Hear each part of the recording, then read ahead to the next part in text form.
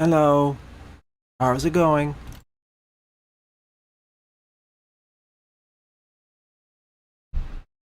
Alright.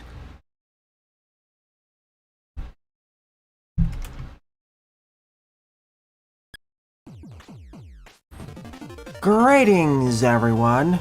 My name is Addervale, and welcome back to my Let's Play of Mega Man Maker. It's been a month since I last done one of these episodes, so I'm happy to be back. Here's a quick rundown on the rules. Sorry for the minor hiccup at the start. Unfortunately, sometimes, on rare occasions, the microphone decided to not be connected, or the system not recognize it. Welcome Andrew, Pixelboy, Jedok, Raccoon, Buster, Iwumi, Lepadio, all the other lurkers and watchers on other platforms as well, both now and later. Yeah, for the past month I've been mainly playing Magwell Tree in place of this. I'm probably gonna do something like Mega Man Maker every other week.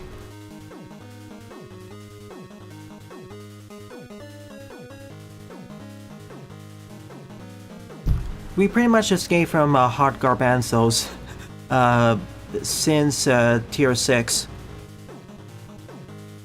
Like, the average level quality since tier 6 is about on par with the on par or better than the average level quality of Maker's best levels, most popular levels queue. Anyways, I'll be covering levels for about 2-ish hours, then showcase art, and a separate stream memes plus reacts. I did Lepadio, I'll get to that eventually. You'll have to explain what Super Bowl noise is.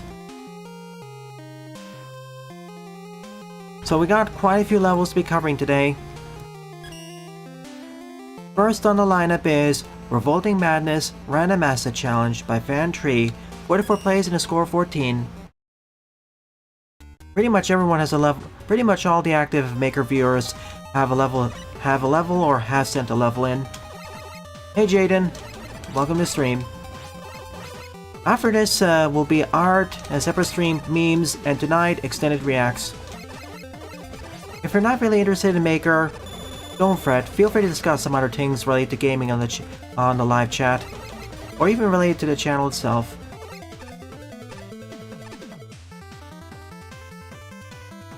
You assume.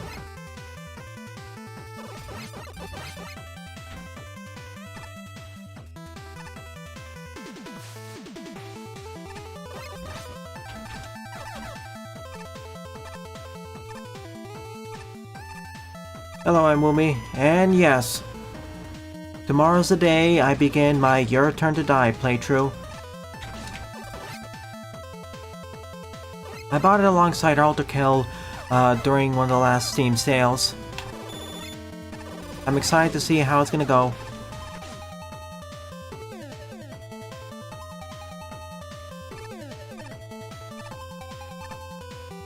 I marked it down as being one of your birthday suggestions.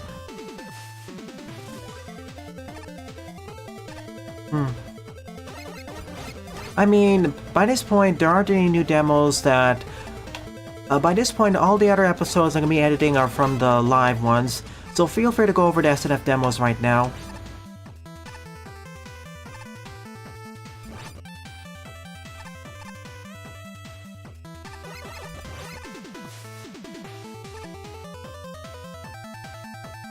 You mean Steam Summer Sale?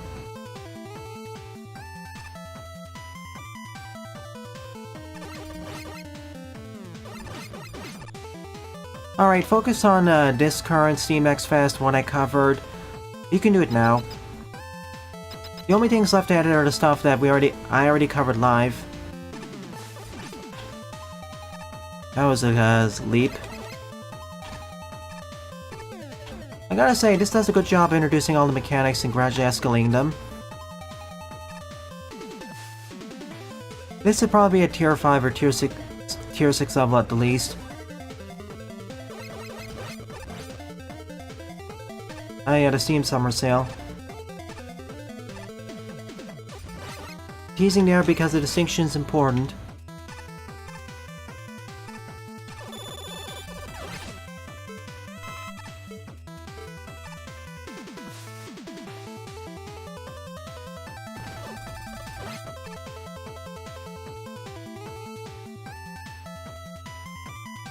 Let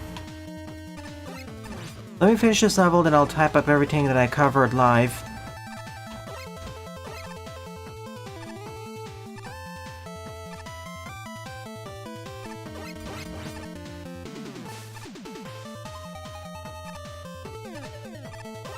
Because you're in the lowest tiers, Iwumi. What did you expect?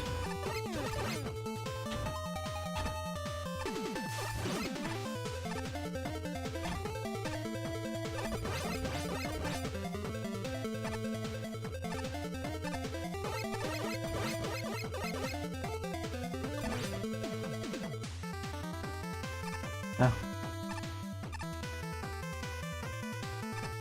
Whoops. Didn't react fast enough. I mean, Tier 1 of Magma Tree I found to be somewhat enjoyable. Well, let me rephrase that. I found Tier 1 of Magma 2 to also be pretty not enjoyable as well. Like, the only real Tier 1 of the Magma series I enjoyed the most would probably be 48 Hours. And maybe Magma 1, but that's because that was one of the shortest ones. Yeah, I misspoke there. I was talking to Sylveon about that.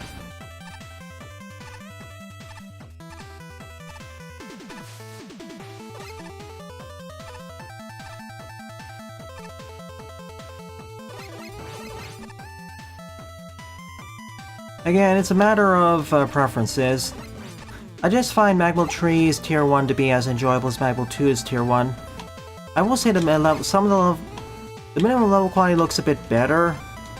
We don't really have like Snowman Tree or Cardinal Man Tree.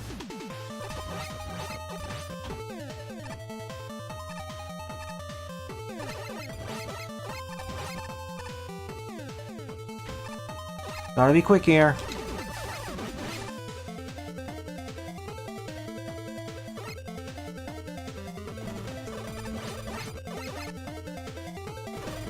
Well, more than one plot twist, to be fair. Calling it just one plot twist and Death of a Wish is an understatement. And honestly, considering some of the plot twists that were done, I think one or two of them are red herrings, the more I think about it. It meant to mess with players who are thinking about certain decisions or played the first game. Okay. Water? Yeah, it's water.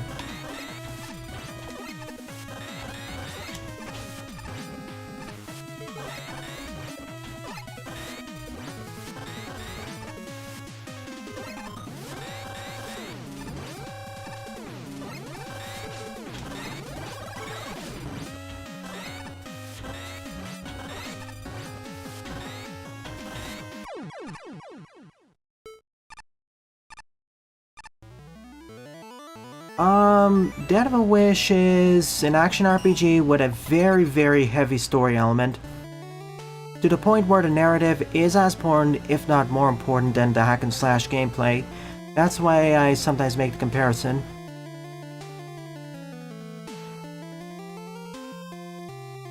But yeah, I'll be looking forward to Your Turn to Die. Considering it also has a heavy murder mystery component, I do have to pay careful attention to character motivations and events, so I don't accidentally botch it.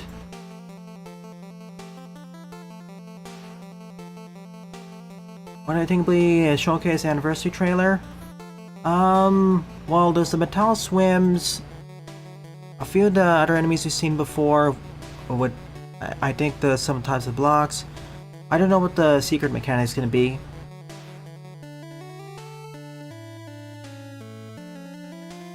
Any reference to Mega Man F and Magmal? Well, there was Pepsi Man. And Your Turn to Die's writing's more realistic, can't say without spoiling. Good to know.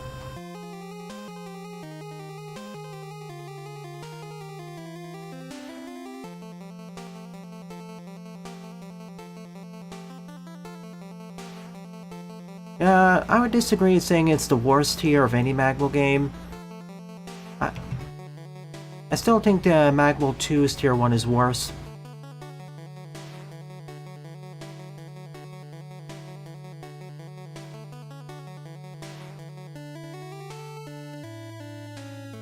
Oh boy.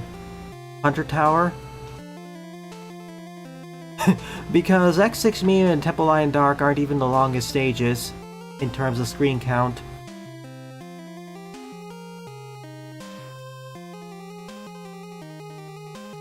I would like to compare them because of how heavy the narrative focus is of the two, but I have to preface it a few things. That's why I think it's fair versus... Like, I like to compare games which the focus on story is heavy. But yeah. Okay, your choices matter a lot. Good to know. And when you say choices matter a lot, you aren't kidding. Thank you, Matthew. I'll see if I can get to it. Today is gonna be kind of packed.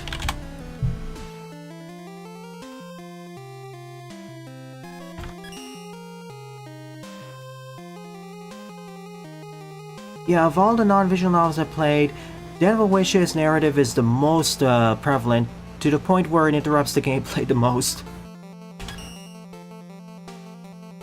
Iwumi does sometimes, Jaden. They lurk sometimes.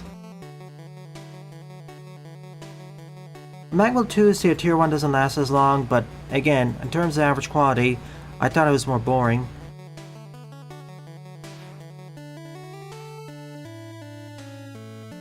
Alright, second up is Veiled in Shadow by Danica age 23, 42 play, score -1. Double Scramble Thunder, eh?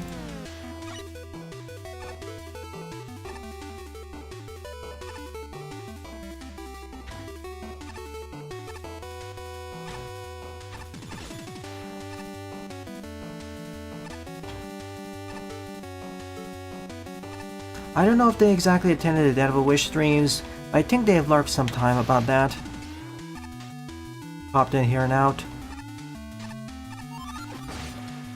Ah, teaching us that we can light the way.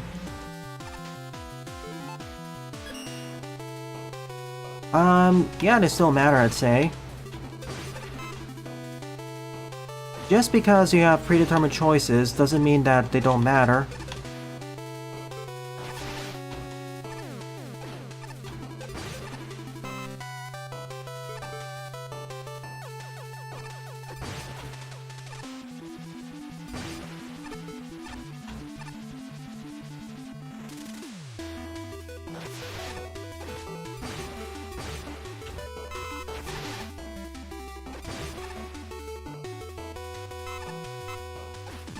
Like, whether the choices matter or not in a game,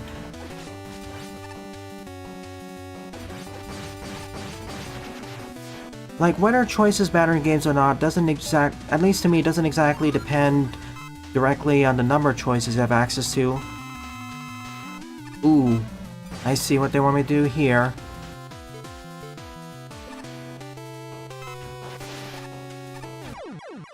I thought it could be cheesy, but I can't.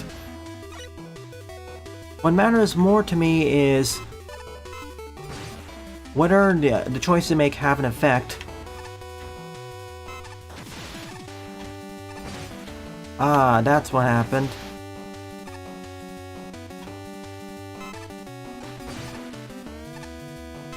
This is a neat take on a darkness gimmick in the sense that you only have a few seconds to react before moving onwards.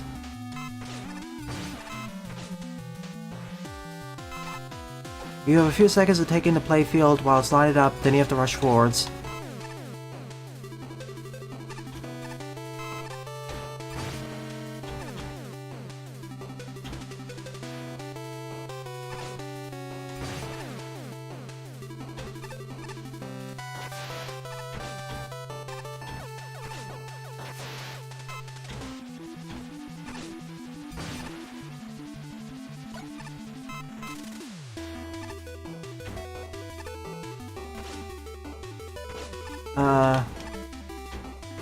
Oh no. I'm dead. Hello, Hyper. I can see why. The way they handled the murder mystery death game is very different. That's good.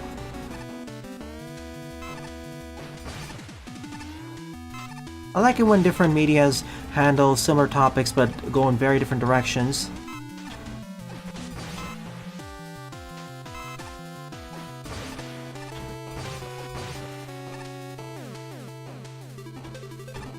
Okay, your turn today has a smaller cast of 11 instead of 15 or 16. Not necessarily a bad thing.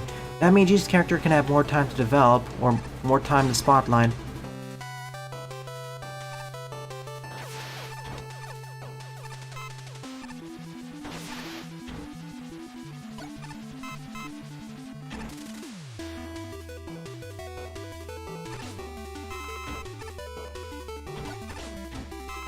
Oh. Oh.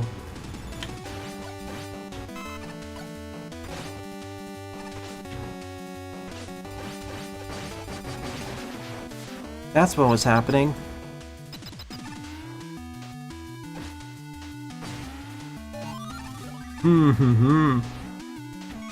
Hey, base.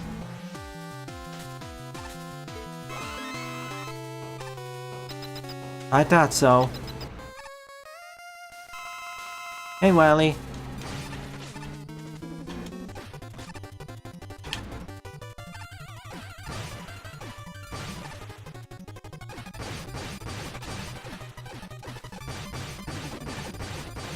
Smash.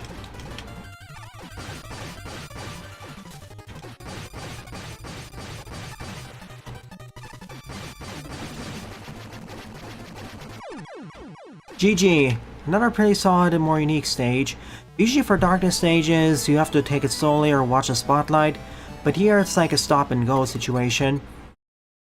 You use the scramble turn against the enemy to get a vision of the stage ahead, then you rush forward. I can see why I got a negative score because not everyone would like that.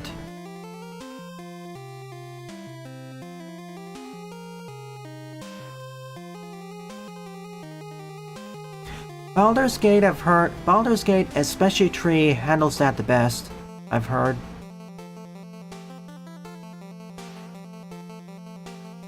Like, Mass Effect and Dragon's Age are one thing, but Baldur's Gate 3 blows them completely out of the water in terms of choice and consequence.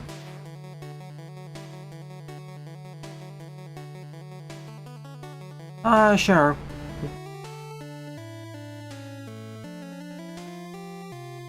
Its protagonist is good. Good.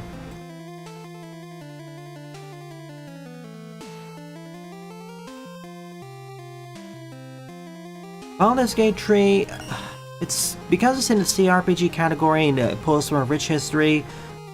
I don't feel comfortable covering it on the channel because I don't have the background for that. I mean, you can play it as your first game, as your first CRPG, and from what I understand, it'll work well. It has enough tutorialization that it works for beginners. But for me, if I want to properly best appreciate it, I feel I want to start with some of the older CRPGs first, like the first Baldur's Gate, or Neverwinter Nights, or Planescape Tournament, or KOTOR, or even Dragon Age, before I cover that. You don't have to start with Baldur's Gate 1. The way it's the tree setup, you don't have the previous knowledge of the series, which I'm really thankful for. But gosh, I feel like to properly evaluate or cover it in the channel, I need to play some of the previous CRPGs on the chat, very classic CRPGs, and work my way from there. Anyways, thank you, Shazam.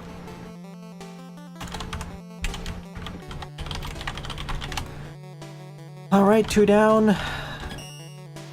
2,000 left to go, I guess.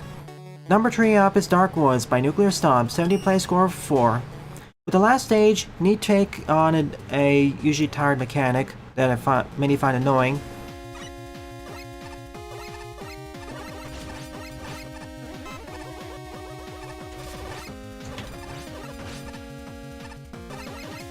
Hey, Lauren.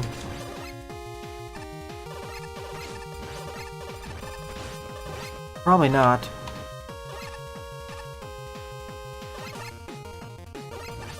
As well as you. Also, hello to you, Cookie and Oscar.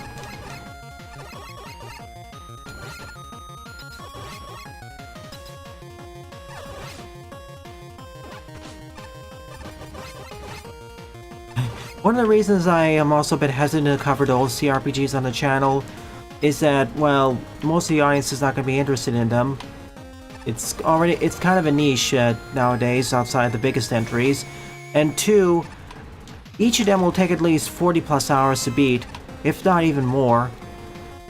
Like, if we get to the later games in the late 90s or aughts or 10s, they're gonna take almost 100 hours apiece.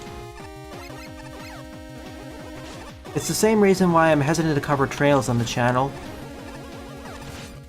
The Trails JRPG Mega Series. And not just the shorter JRPGs, these are like the classic, oh my goodness, very long form journeys.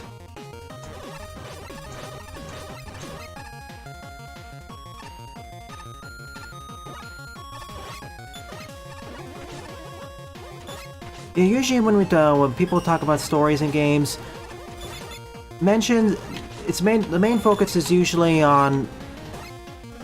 Most of the focus is on visual novels or RPGs. And usually they're like JRPGs or WRPGs or CRPGs.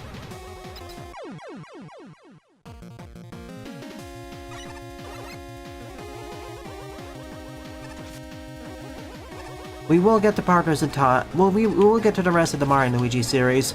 I love Superstar Saga. It's basically the best game I LP'd this year.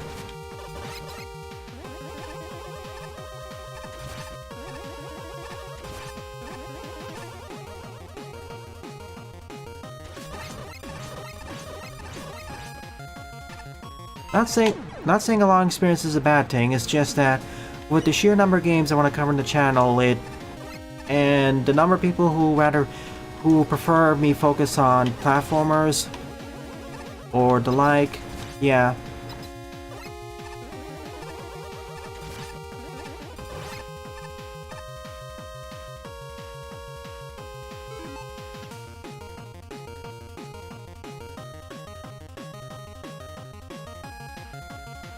That's nice.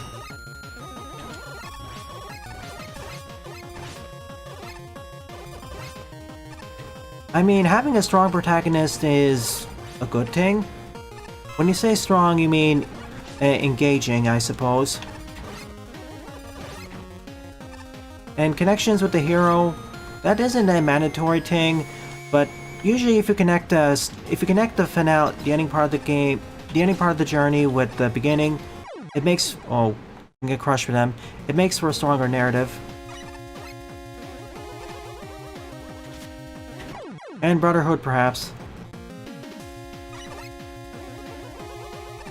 The fact it's coming out later this year is shocking to me.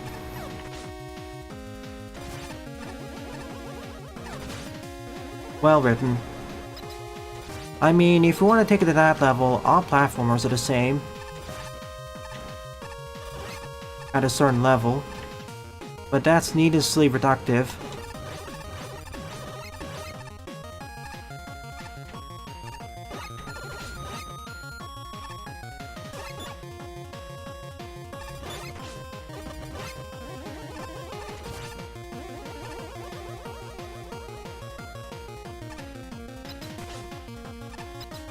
That's it, I'm doing it this way.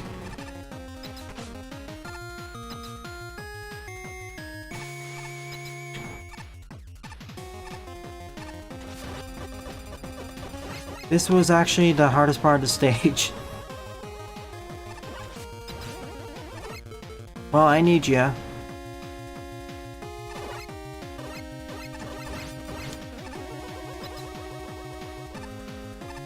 I'll see your message in a moment. I'm currently in the dark woods of debt.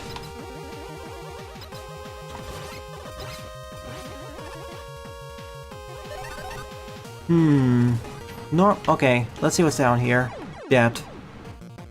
Sorry, if this was Magwell Tree, I'd be very suspicious that there's something down there. Especially when they place the Ishishi there. Hey, Toadie.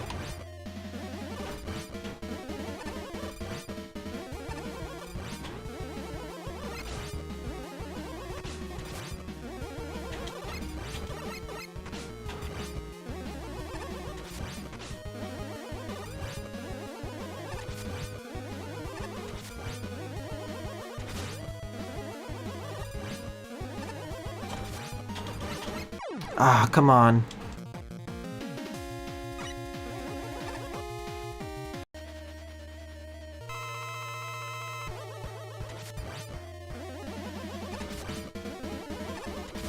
The good thing is, the designers have been getting, at least from where I am in the Magma playthrough, the designers are getting better at hiding secrets up the passageways or down pits, so they actually look different.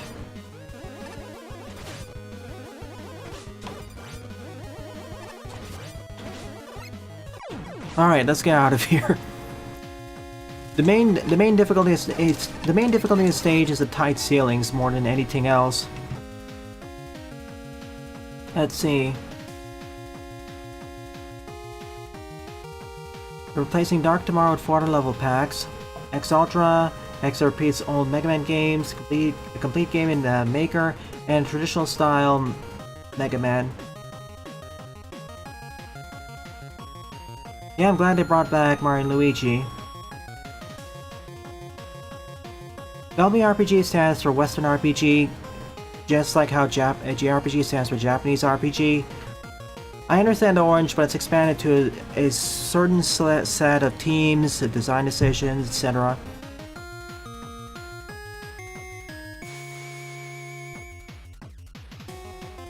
Basically what Buster's point is, you want a protagonist that at the very least you can tolerate. And best is if you like playing as them.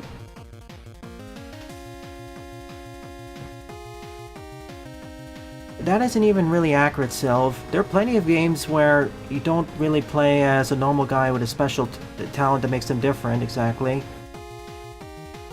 There are other ones where they get their skills through hard work, determination, and their friends.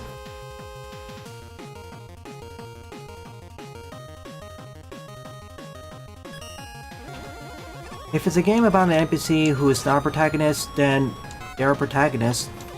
If you play as them, they're the protagonist. That's my definition.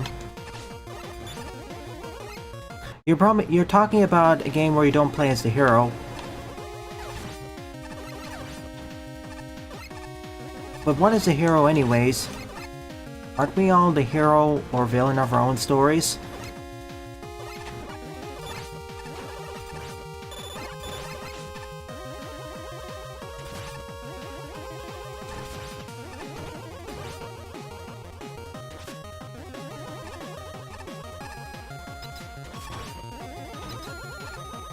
I thought so.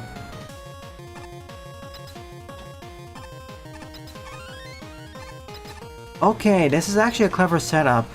Props for that. You have to be quick on your feet while making the hops, but it's an understandable challenge. You already said that, Lauren. We didn't imply it. You already said that Dark Tomorrow is cancelled. No need to use all caps.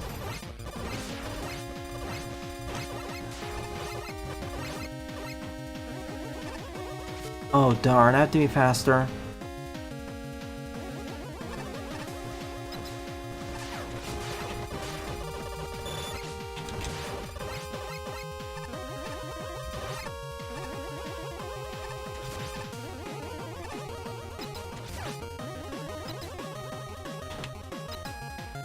Tricky setup's getting a bit trickier. Oh, now it'll latch on the spikes, and it can jump up here.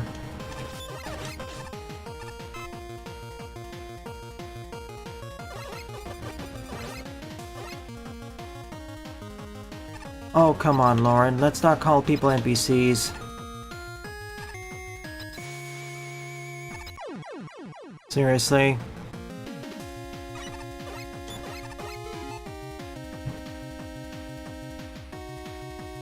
Foot dive, indeed.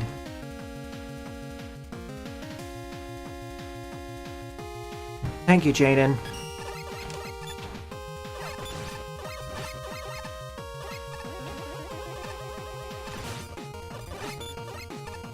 A fool? What is a fool?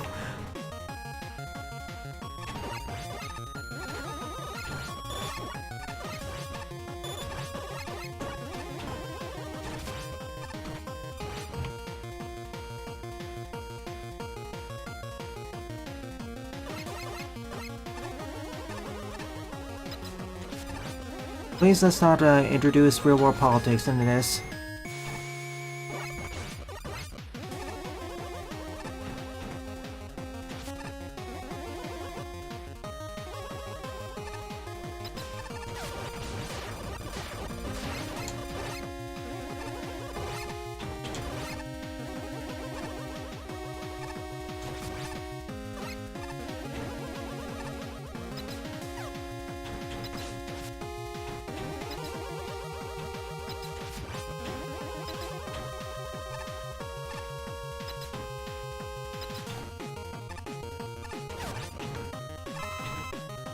Let me put it this way with what I think of protagonists. When you're playing an RPG or any game, you want to play as a protagonist at the very least you tolerate. That is an important aspect of the design.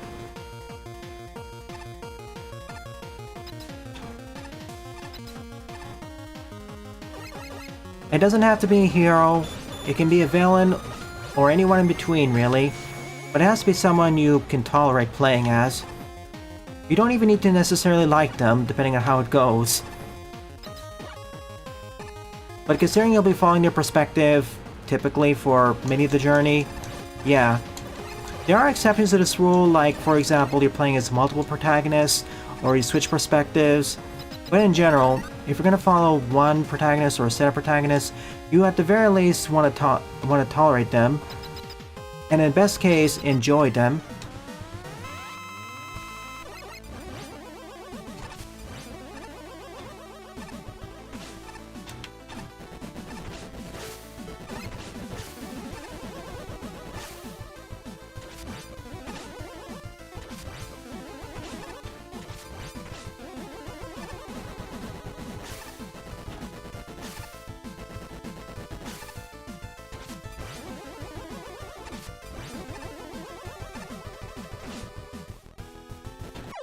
Yeah, this sort of arena is, Functionally, you have spikes all around, and in the center of each platform is a damage spike.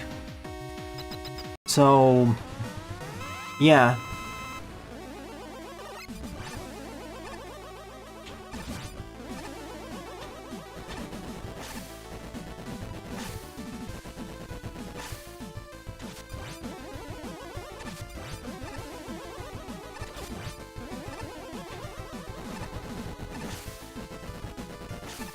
Gonna be quiet for this one.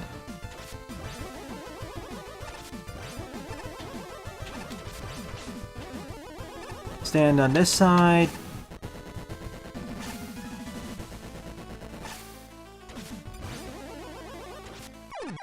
Victory.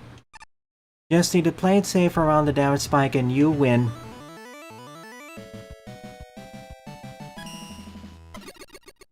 Your first message, Andrew? Yeah, I saw it.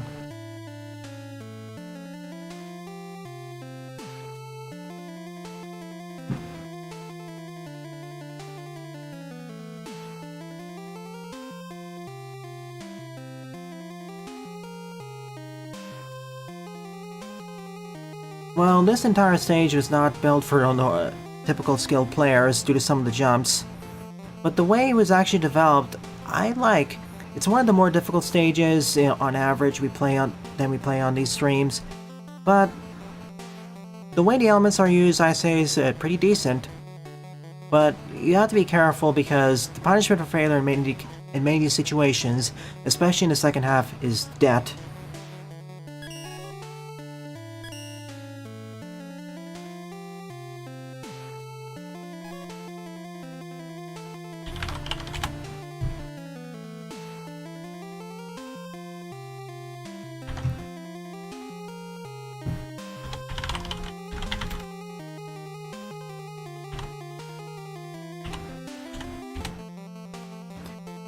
Alright, I'm gonna address the elephant in the room.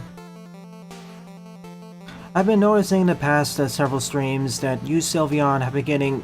I don't mind the snarky comments, but it's becoming a point where Jaden's right, it's getting more and more hostile, negative.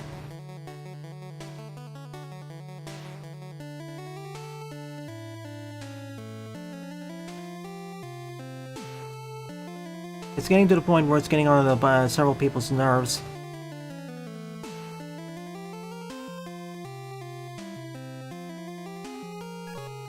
Remember, this channel is no one's venting place, please.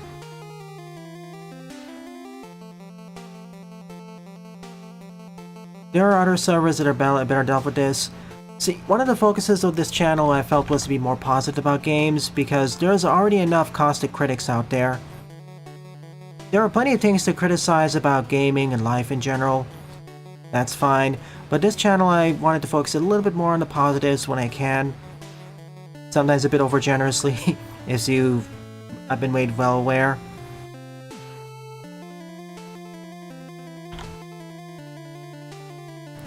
That's why I tend to try looking at the brighter side of things, and even when I complain, I try to limit it to certain streams or parts of streams.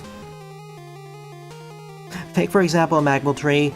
I could have been a lot more harsh against the early tiers and their flaws if I wanted to, and there's more criticism I didn't really air, but again, I want to be more positive, try to help. Alright, speaking of Magmal, 4th up is Cardinal Man Redux by Netto Warrior, 23 played, score -1.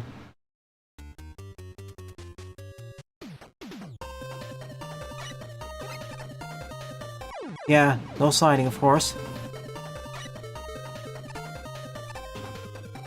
Oh boy.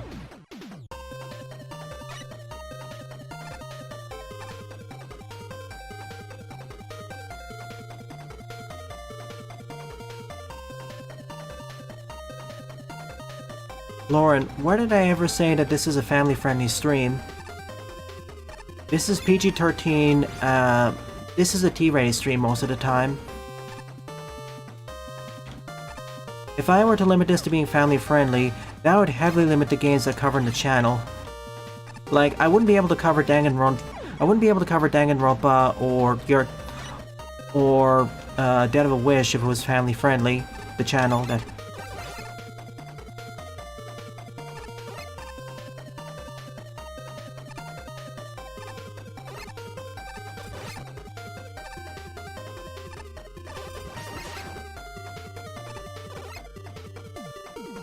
Exactly, Wumi.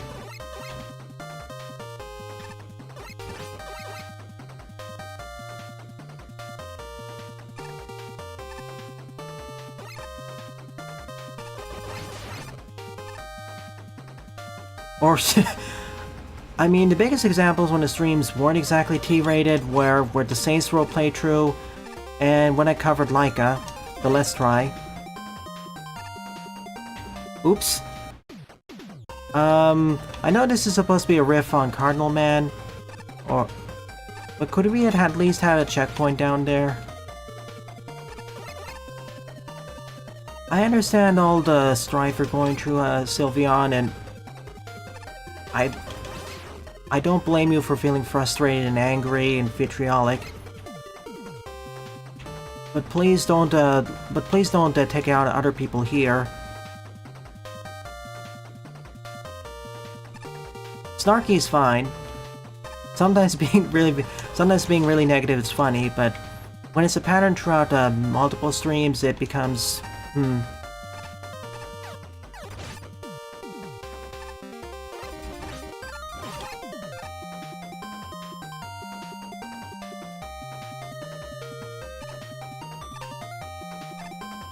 Thank you. You don't need to completely reduce it to nothing, but keep an eye on it. Here's the thing, Lauren.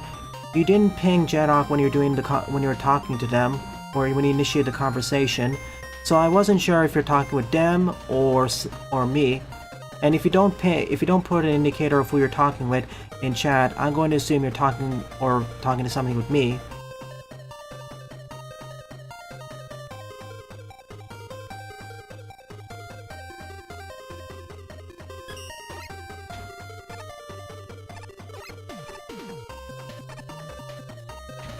That is something to be important in this on this server chat. On live streams, if you don't specifically refer to who you're talking with, I'm going to assume you're commenting with me.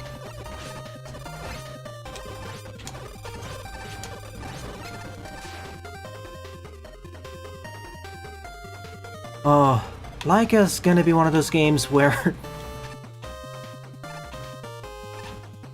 You're basically playing as one of the villain... You're sort of playing as a villain protagonist, but the world is filled with villains, so...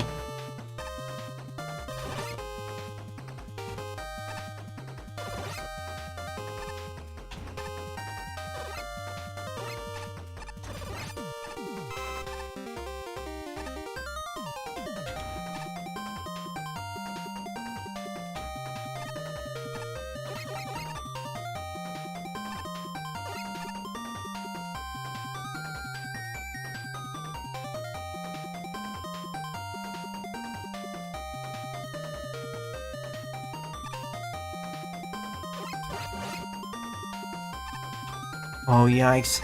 I don't know when the last checkpoint in this stage was, so I'm being really cautious.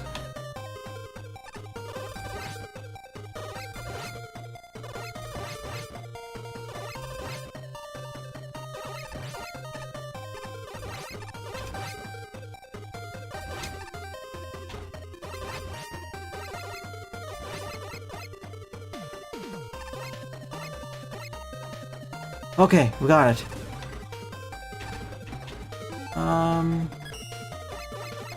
Snarkiness is fine.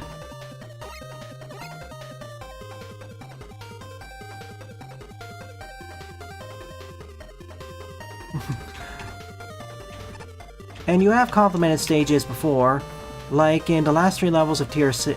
The last three levels of Tier 6, which were the Metal Slug stage, the level where you possess enemies, and of course the Virtual Reality stage, and Mythbusters.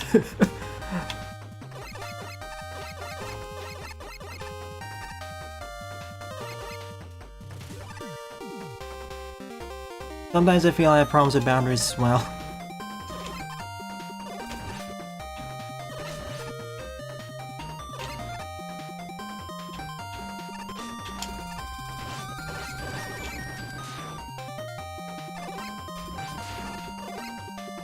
Oh yeah, prototype. What is Nefarious? A brief synopsis on it? Dead.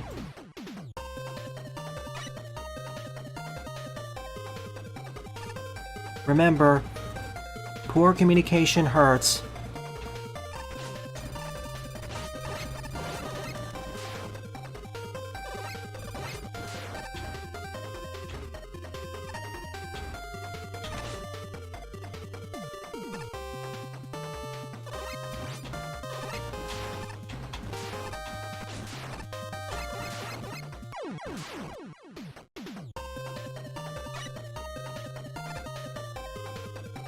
Same. As for me, I will respond to your DM after the meme section, Jaden. As I have some thoughts about what I consider wort and other stuff.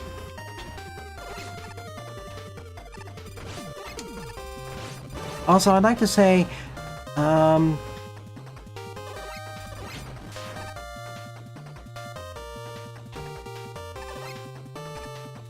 what was the name of that? Thanks to the Rockman World Plus and Magmal Tree Let's Plays, I've requalified on Keymailer, so now I can request games on Keymailer again.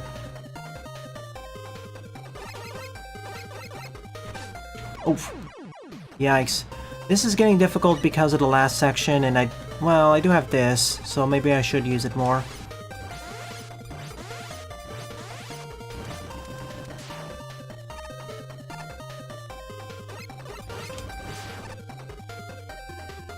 Several.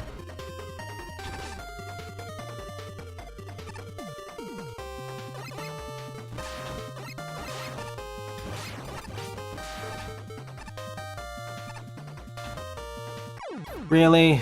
Yeah. I don't like doing these sorts of jumps without sliding.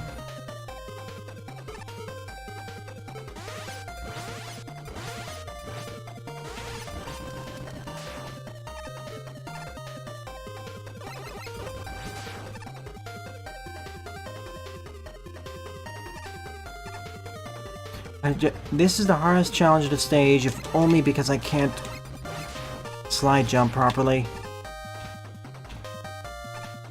Okay, we're past.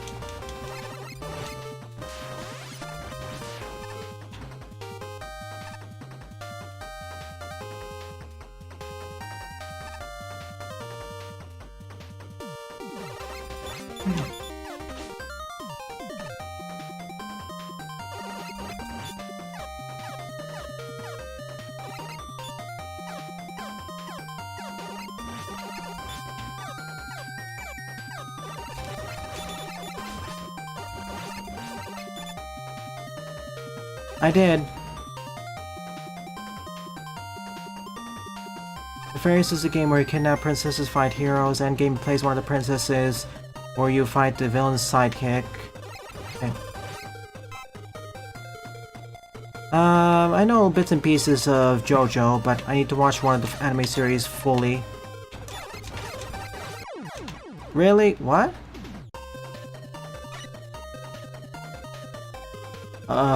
I just touched the inks of that and I'm dead. Again, this is why I wish I had sliding.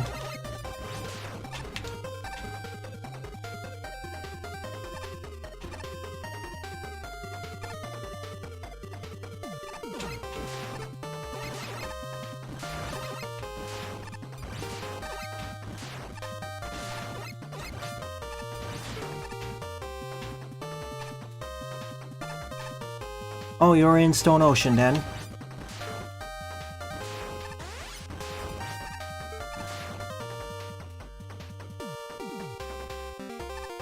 Hang on a sec, let me finish this section, then I'll figure out what to say about that.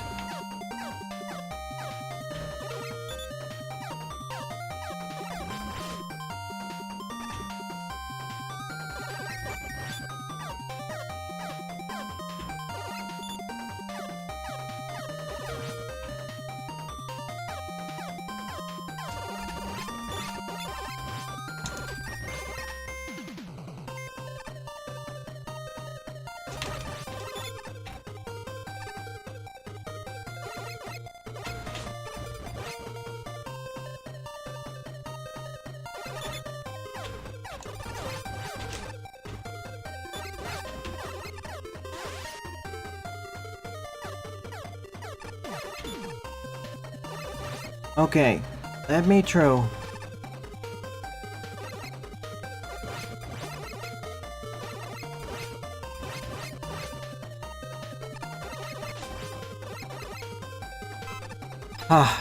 Very hard stage. This would have been easier if I had sliding, like in the original. Ooh, Sheepman in this setup. Well, it at least means I can hit him more times.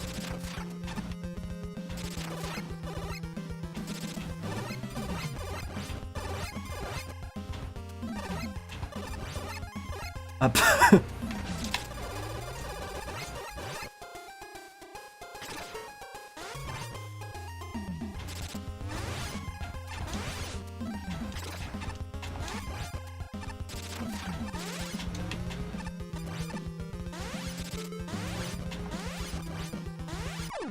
GG. Congrats, Sylph. Alright, my argument for Nefarious? Let me see.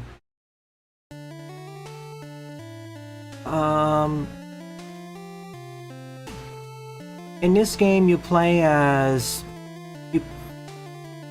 In the first set you play as a villain protagonist, and in the end game you play as one of the victims who is now fighting back. I suppose then you switch over to a hero protagonist, or neutral protagonist. But functionally, the protagonist you were playing as originally then becomes the antagonist in the end game.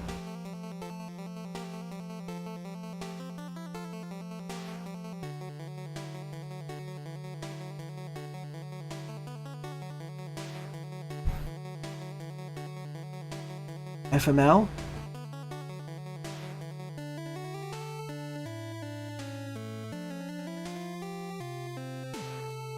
Good, but I want to respond to that message, Jaden, about acceptance. So, to rephrase it, Lauren, in the first part of the game, or first phase, you play as a villain protagonist who fights against hero antagonists and kidnaps princesses. In the end game, the perspective shifts, where you now play as one of the victims who becomes a protagonist, and the previous villain protagonist becomes the villain antagonist. Okay, Full Metal Alchemist. Okay, for this stage, it's... I would have liked it more if I had more options for mobility. Like, even in the original Cardinal Man stage in Magma 1, we had sliding.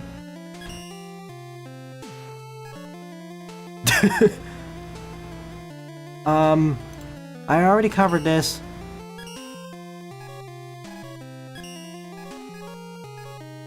You know what, let's pick a different stage from you.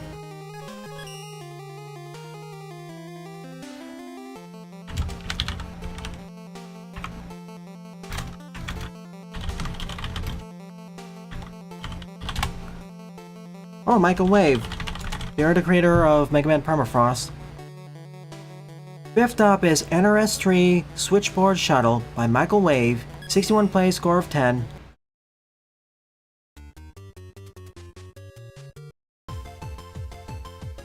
Power of God is previewing tomorrow, or finally starting tomorrow after 4 years hiatus. Season 2, specifically. Okay, this is a no speed run. This is a no reset speedrun level, so it ought to be decent.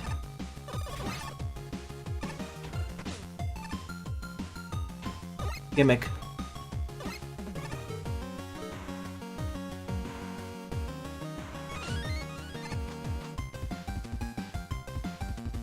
I'm okay with not having the charge shot. I have more issues with not having the slide. By this point in the series, I feel sliding is an integral part of Mega Man Classic's moveset.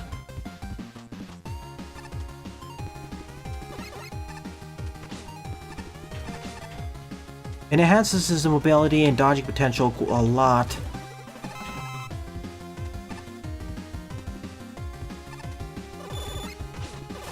So by this point, if you're not going to give me the slide, at the very least give me the charge shot, or special weapons to compensate.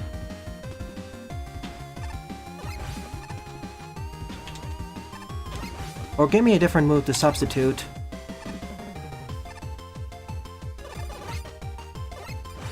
Oh, whoa, wait.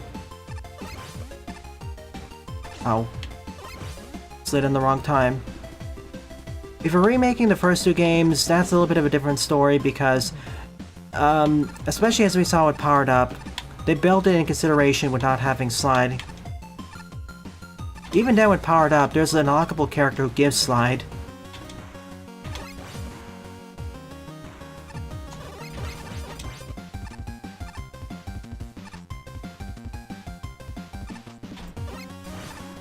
Oh shoot. E-tank.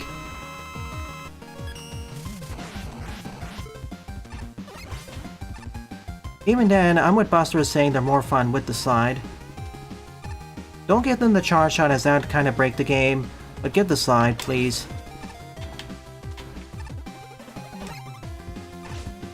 Oh, I screwed that up.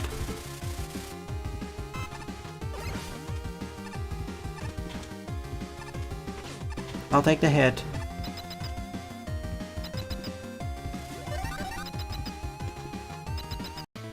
And powered up slide, walking is faster than sliding. Okay, that's the reverse of what you expect in Mega Man. Or would have been taught at least. But I suppose that's one way to balance it. GG, fun level overall. It's one of the lower rated, I'd consider one of the lower quality for levels featured in NRS3, but it's still okay or decent. Thumbs up against. Best level so far.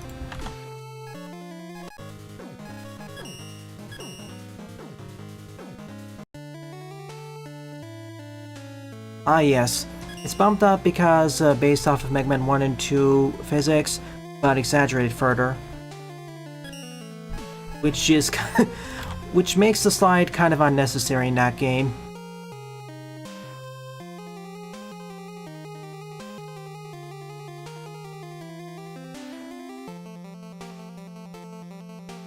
You don't need the charge shot to be in a Mega Man game, that's true.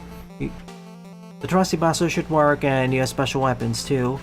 Sliding is one of the situations where in multiple games you can beat it. In most of the games you can beat them without it, but it doesn't feel as good. Feels less snappy.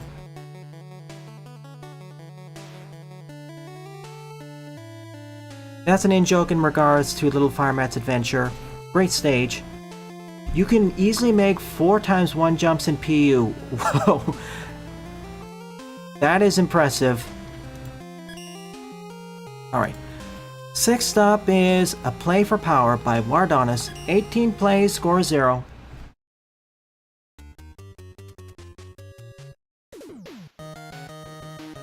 Yeah, with the way Mega Man 1 and 2 are designed, the charge shot is, if it was put in, it would pretty much break the game.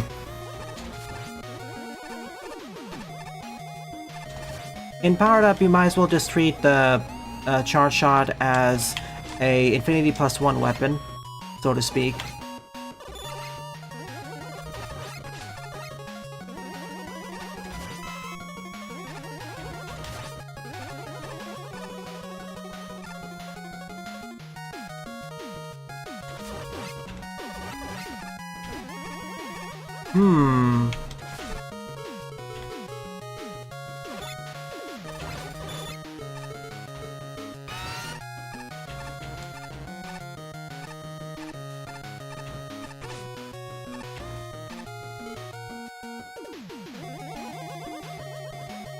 Roger that. I'll do it during the next break.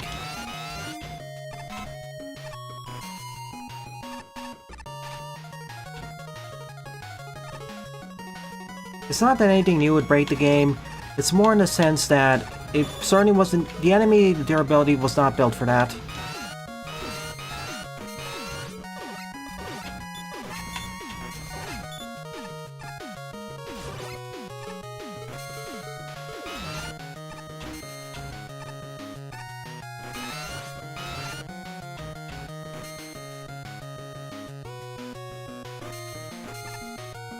Meanwhile, playing as the Roadmasters I feel was deliberately supposed to be overpowering. They're overpowered in different aspects. Well, barring some exceptions, like Oil Man is underpowered, and Cutman actually feels like a best substitute.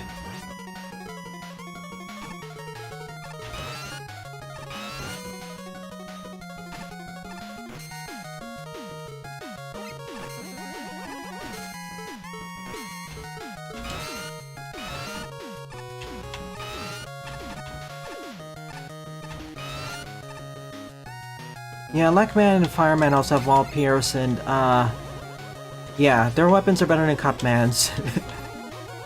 Okay, let's get through this one. We need to move the purple block up, so we need to move the pink block to the left. In order to actually reach the pink... Alright. But if we do that... Yeah, but we need to reach the we need to move the orange block down in order to reach that thing. But we can do it from this side.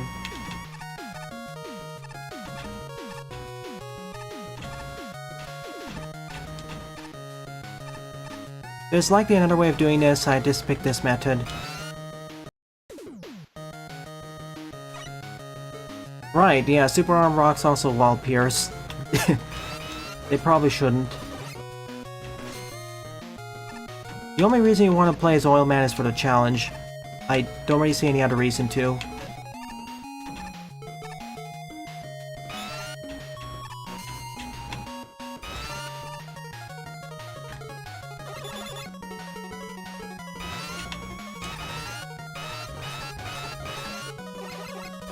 With Rock Force, it's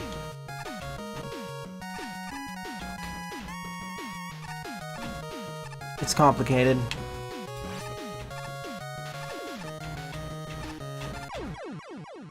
Closer.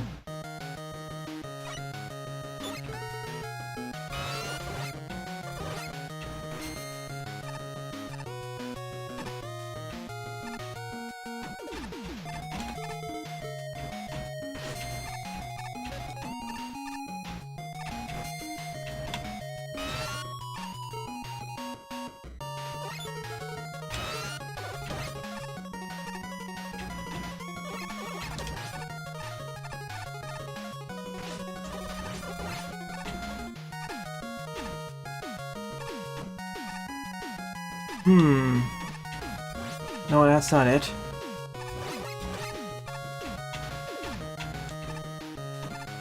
Okay, I have enough room to sneak in there.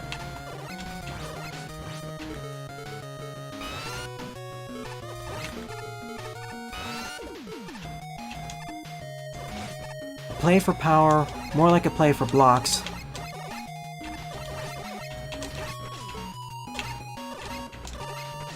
Oh, this cannon.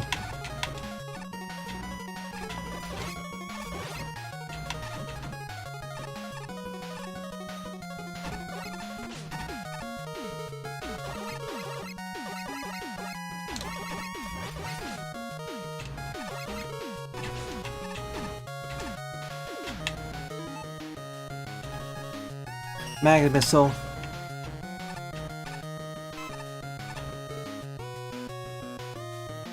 Oh, rats.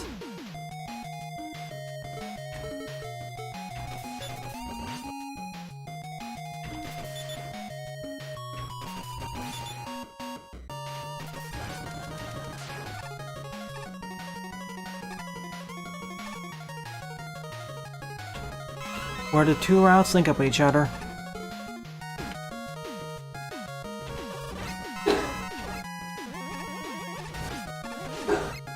Is untied.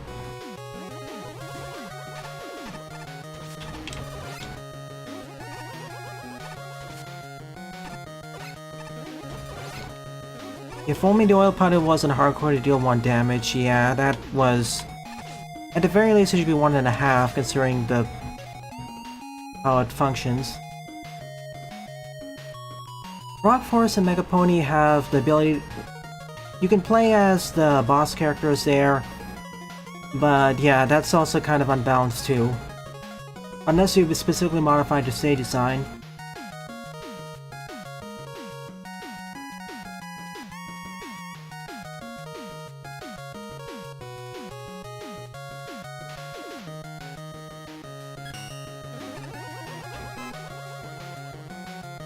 Wait, Mega Buster P shots deal 2 damage?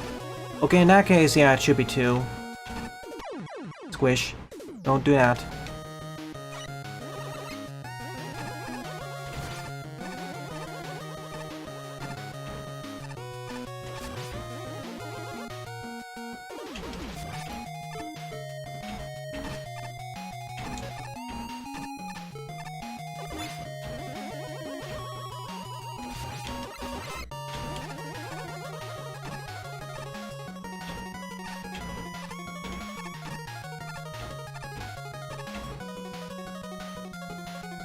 To give credit where credit's due, this does have a neat and involved setups with the gravity doors.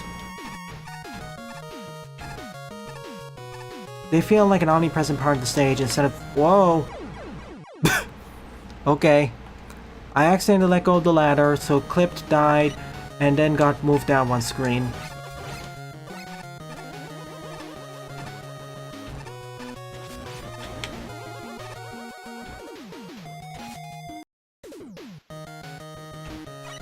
Astroman doors. I call those gravity doors as shorthand, but yeah, Astro doors is a more accurate name.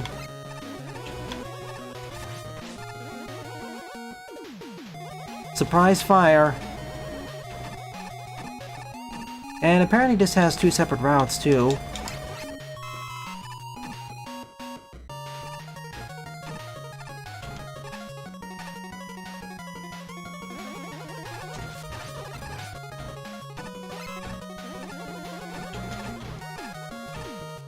The hardest enemy are the wall blasters due to their awkward positioning. But that's nothing the magnet beam can't handle. Magnet missile. Go up. Okay, I want to check out the other route then.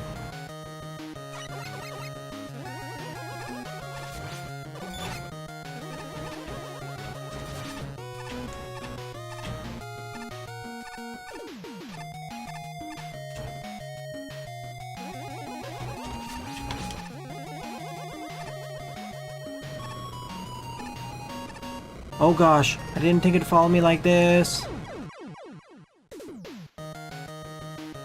I was gonna say this is the easier route, then that happened.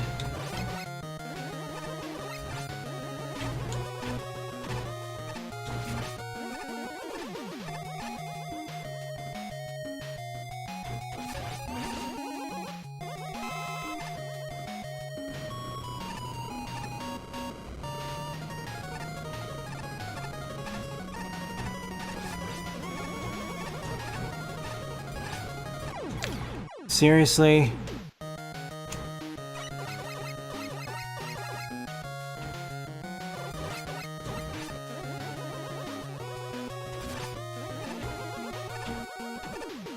Cross Fusion is anime only, actually.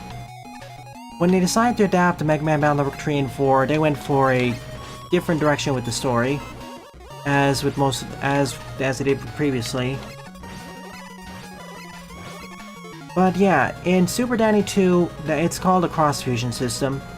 They took it directly from the anime. That's it, redoing it. So basically, in Super Danny 2, and technically 1 actually, specifically powered up, once Danny defeats a boss, he gains the ability to cross-fuse with them to gain their powers and some of their strengths and weaknesses.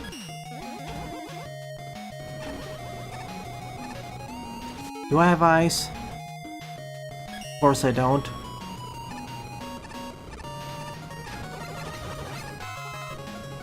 I'm dead. Thank you for converting a small jump into a tall jump.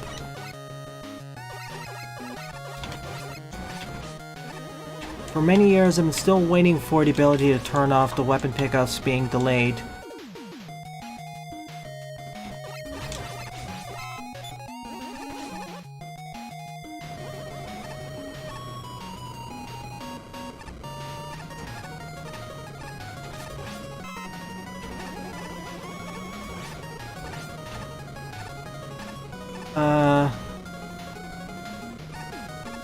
Thanks.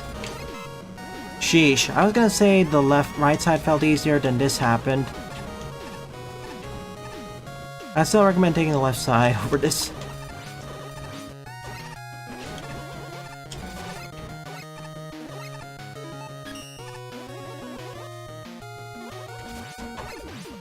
A plea for Astro Doors and Fire.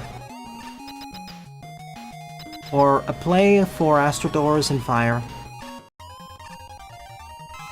Bomberman. No kidding, it's tough.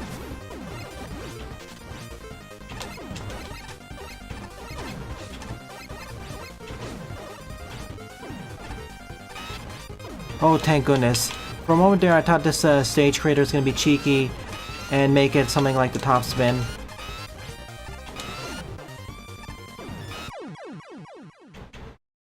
G to the G. Credit where credit's due. Interesting use of Astro Doors. Alright, before I take my break, one more stage. I'm gonna download this in the editor.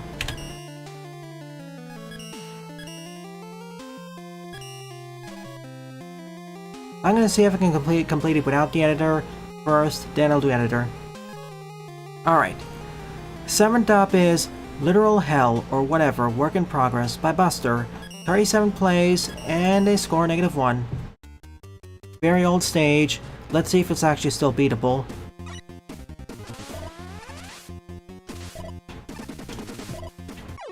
Oh boy. I see what we're going for here. Very old Buster stage before they improved themselves.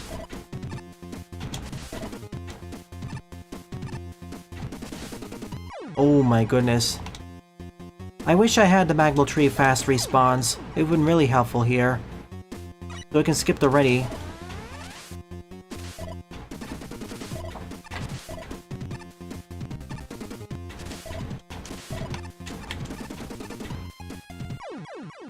Of course, crushed.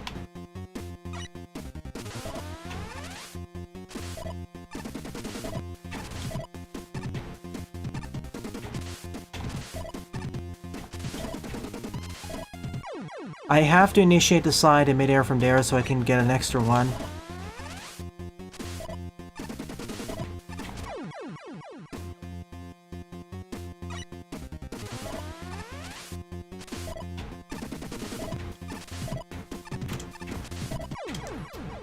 I wish spikes didn't kill me from the sides, but you know. This is not Celeste.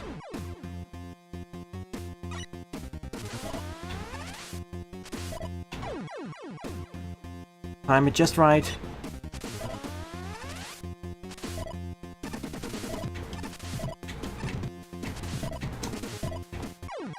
Oof. Getting to that one is going to be really painful.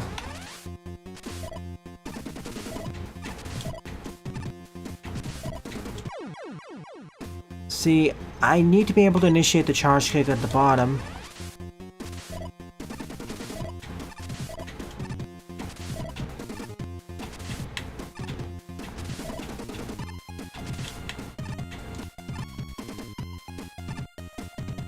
Oops.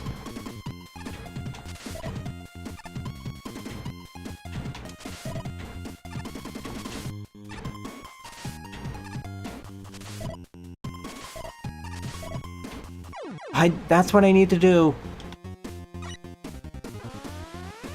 The Mega Man Maker... Here's the thing, the Mega Man Maker subreddit is closed. What subreddit were you referring to?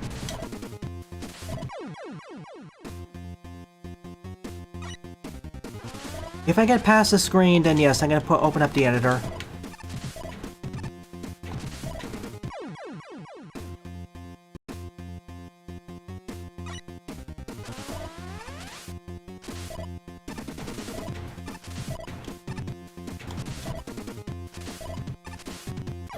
And then it decides to not even initiate.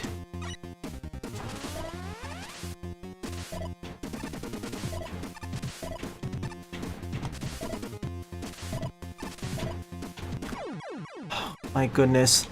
Okay, I need 2 more attempts and then I'll open up the editor. Because I know some more stuff is coming up.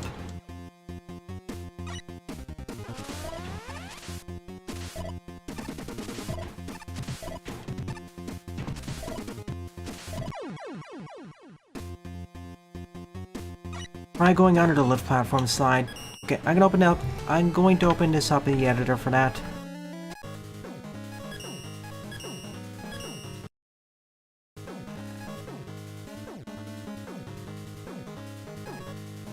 In the past, the Mega Man Maker subreddit had more activity, but now it's been shuttered.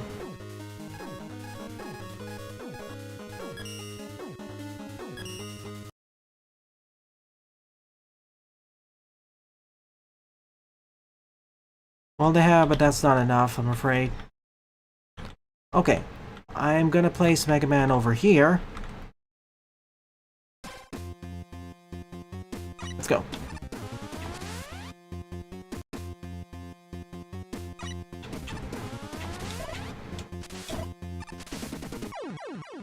See, why didn't that initiate?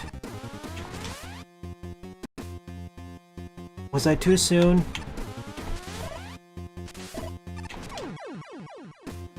I just need to initiate it from the left edge. Like so. Yeah, I did it. Oh, thank you for the checkpoint. Okay, I can do this without the editor with some practice. Now, let's think. What do we have to do here? We have to initiate the charge kick jump from the right end. And keep scampering up that side.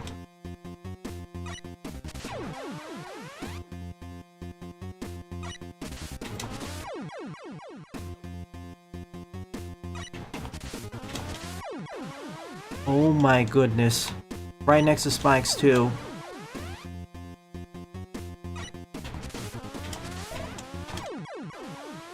You have to do it from the left end in order to have more time. And keep in mind, there's only a few frames where you can do the charge kick jump. It's not like any time, like air sliding. If I could do it any time, then this wouldn't be so much of a problem. Okay, I have to do the air jump and immediately turn to the right. This is Kaizo. This isn't even Diet Kaizo like Lepadio does on rare occasions. This is Kaizo.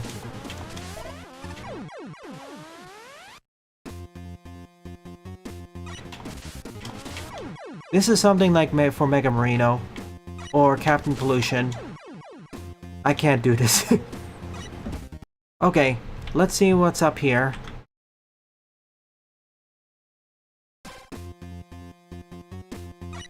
Okay, what horrors lie here? Okay, double charge kick to the left. Use the air jump to get on the Sparkman platform. Then repeat the step to reach the checkpoint.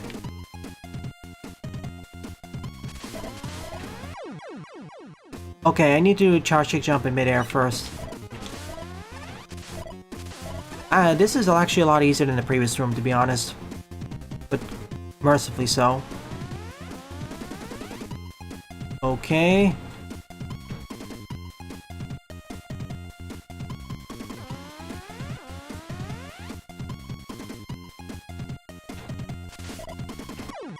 Okay, yeah, I have to do it right on top of the slide.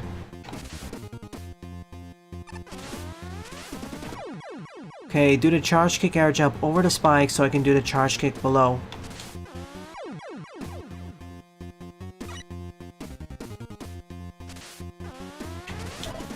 Like so. Okay. Yeah, Kaizo moment.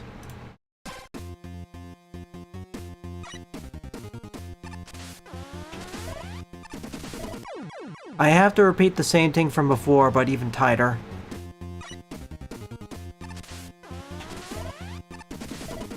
The thing I was forced to do in the first section.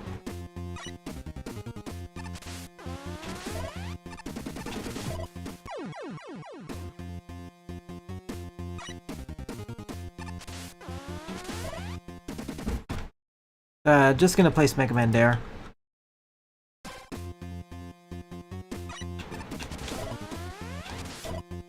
Oh my goodness. You have to react so fairly quickly there, otherwise you're dead.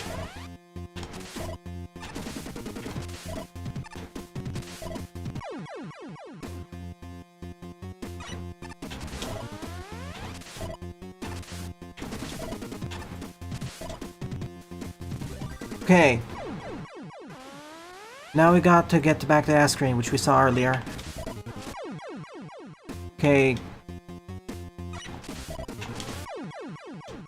I need to loop back there. Faster. Dead.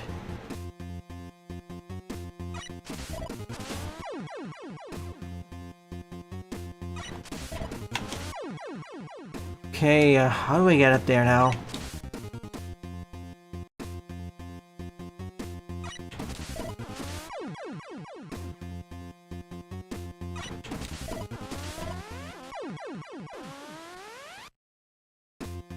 No, seriously, how do we do this?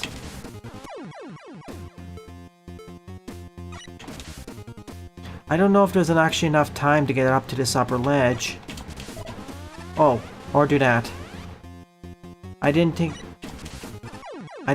it was that low. Executing that is the issue because of the ceiling.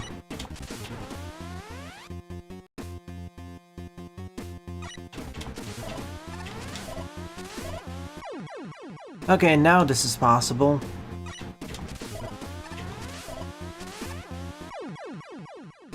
Just need to make sure his leg doesn't keep brushing against the spike.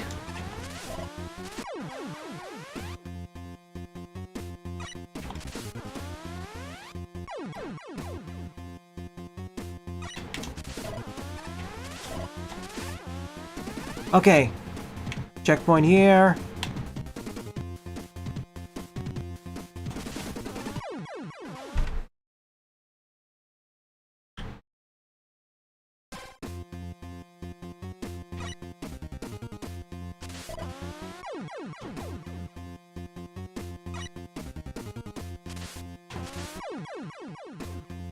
Okay.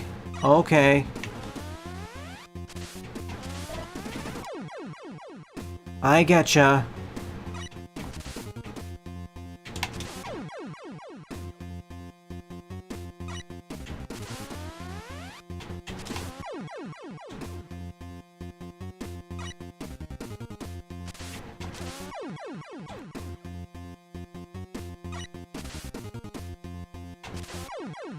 Was this made back in the era where the charge kick air jump was a glitch?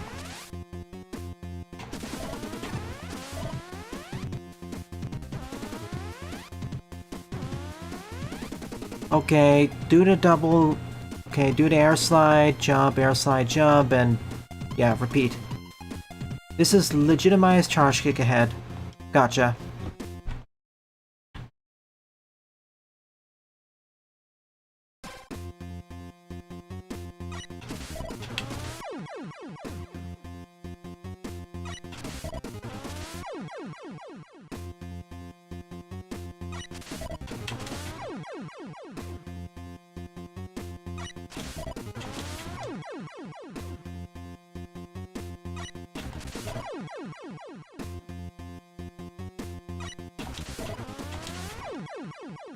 Hmm? Is this the one frame jump?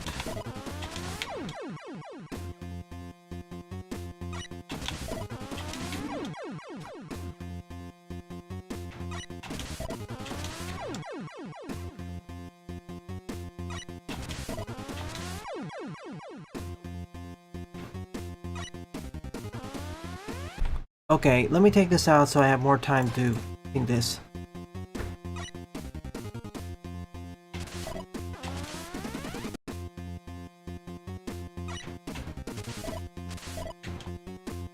What?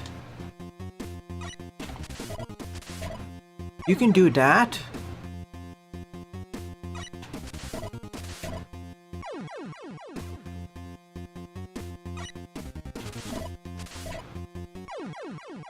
I never knew you could do it extends it like that.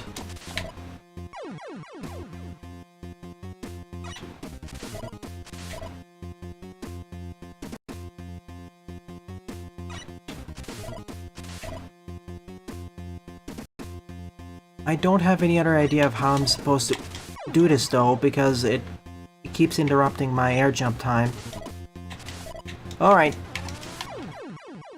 It's just very tight with the... You basically have to ram against this edge, turn left, and you have just a few milliseconds of frames to get past.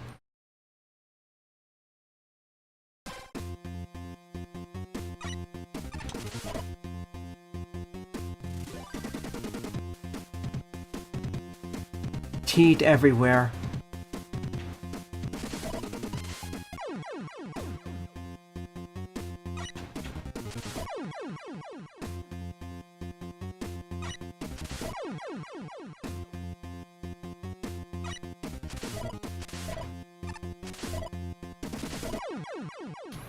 I wish this was square spikes instead.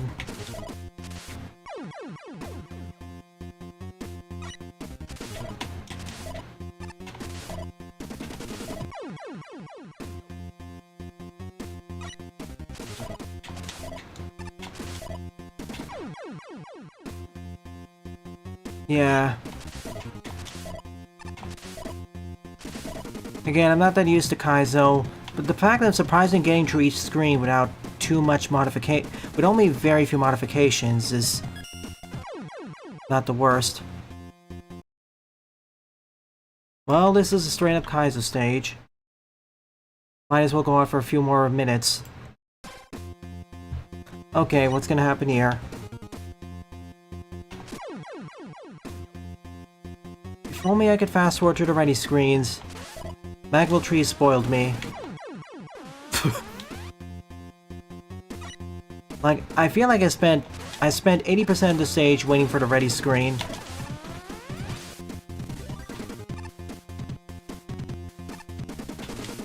Unfortunately, that day will never come. Unless we get a Maker 2. That wasn't that hard, I just mashed the slide button. I think they changed the timing on that. They must have changed the timing on that.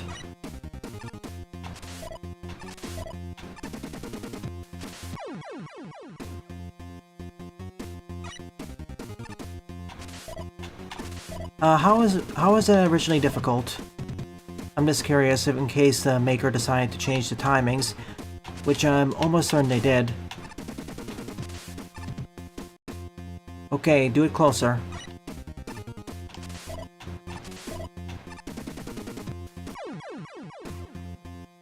Basically the same. Okay, so I first tried it. Oh my goodness, this on the other hand.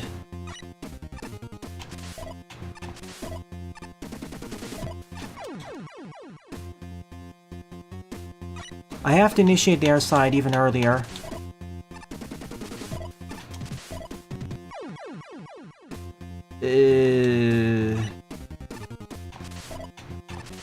I don't like this, where this is going.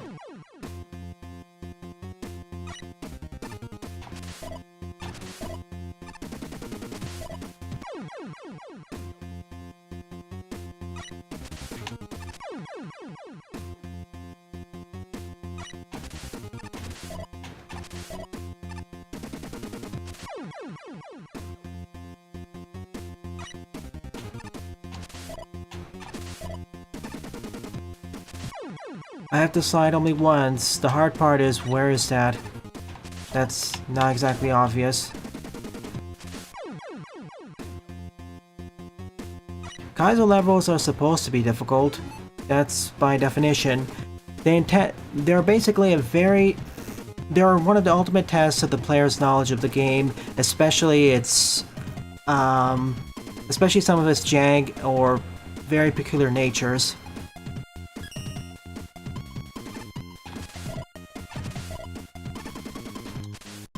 Like, in order to beat the stage, you need to know that for example, you can air slide twice. You can slide in the air twice if you initiate the sliding from solid ground. Kaizo levels take advantage of very precise player skill, as well as knowing the engine or the game's intricacies.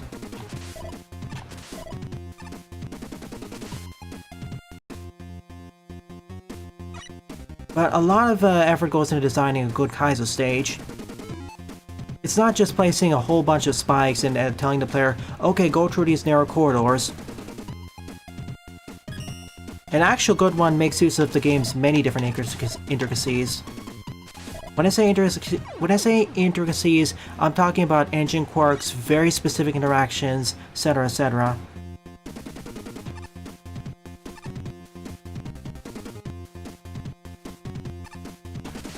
It's not for everyone, however.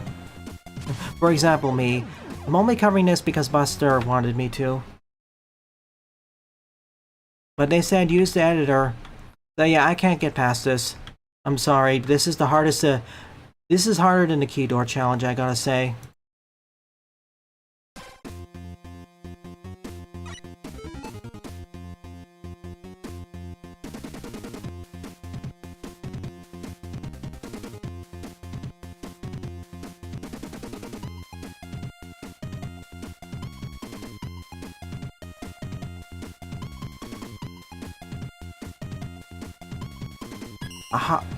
I mean, this stage may be only 20 screens long. It just seems long because I keep dying over and over.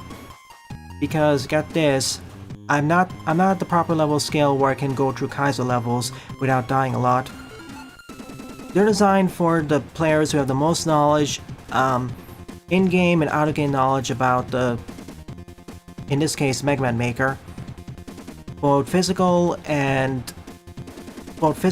controller prowess, and knowledge of the engine, which I don't have.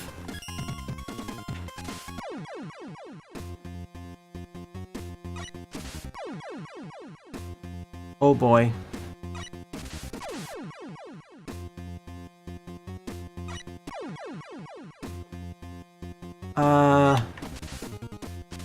Okay, that's what I need to do. That's why there was the gap.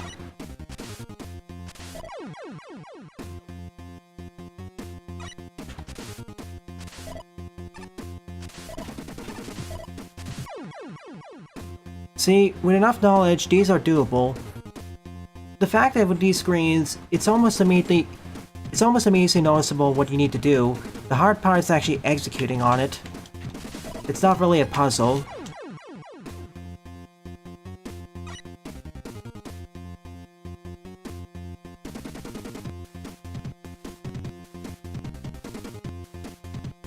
But yeah, thank you.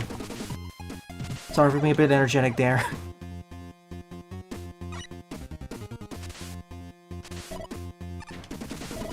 I know you weren't exactly referring to me with that, but still.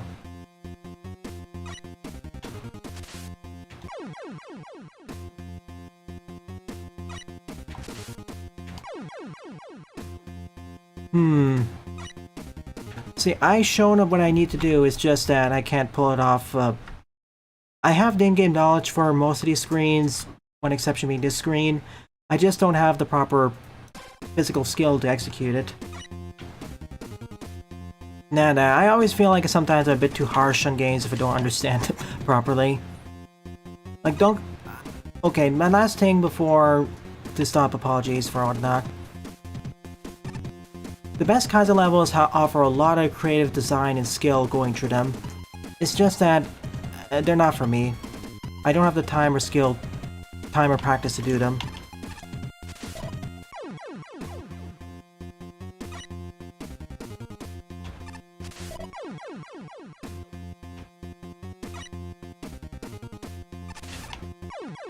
Whoa, That's why there's certain games from certain genres which I tend to be nicer on or don't evaluate because I don't have the proper reference point to properly say what I think to improve or deficiencies. At best, at the very least, I'll say whether I had found them enjoying or engaging.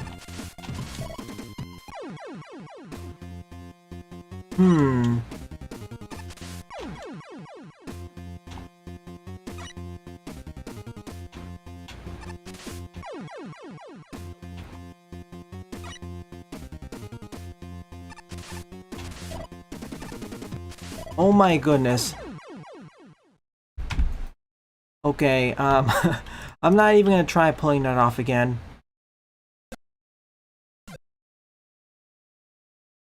I know this is kind of cheating, but...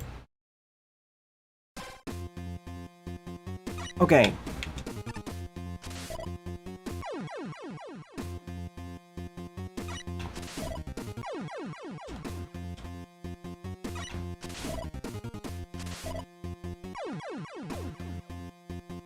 I mean, this is actually... The funny thing is, this is literally what I was talking about. It is a literal skill issue here. I'll just make it here.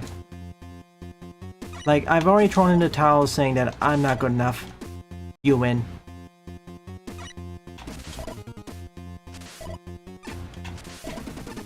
Whoa!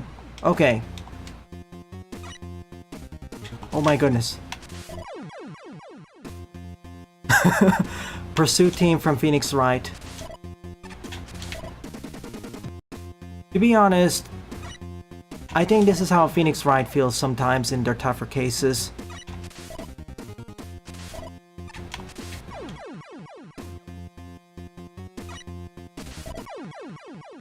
With all the legal minefields and spikes. I have to do it from the edge and immediately slide off. Like so. At least the checkpoint density is fair. Or mostly fair, which sadly many levels of this time frame didn't have it. At least Past Buster had the sense to follow that. Oh my goodness.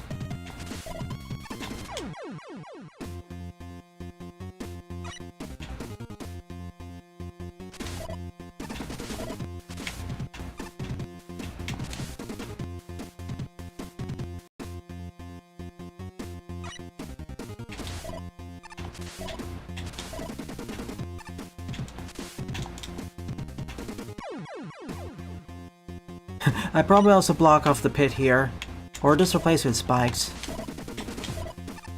Okay. Okay. Oh my gosh. I'm dead. I didn't have to do another air slide there.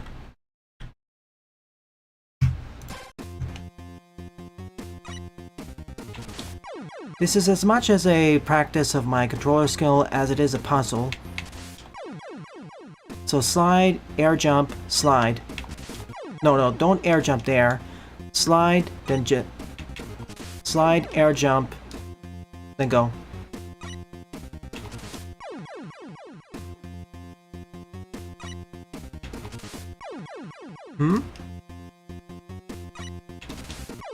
Why am I dying now?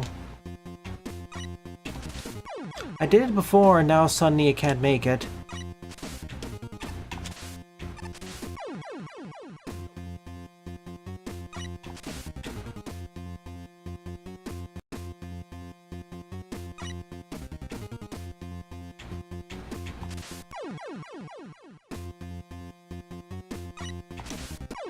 Okay, now it works. And... oh, I keep initiating the jump just under when I'm sliding under the spikes. That's why it's not working. Yeah, I'm really surprised Valve is working behind the scenes to take out the bot discords. It's great. Thank you, Valve. Thank you, Volvo. Thank you, Newell.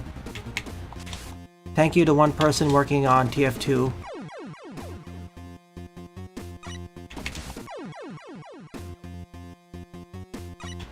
And thank you, hashtag save TF2.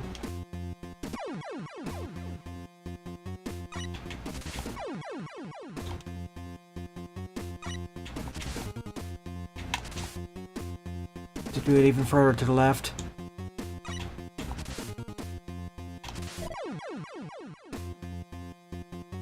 Well, there'll still be aimbots.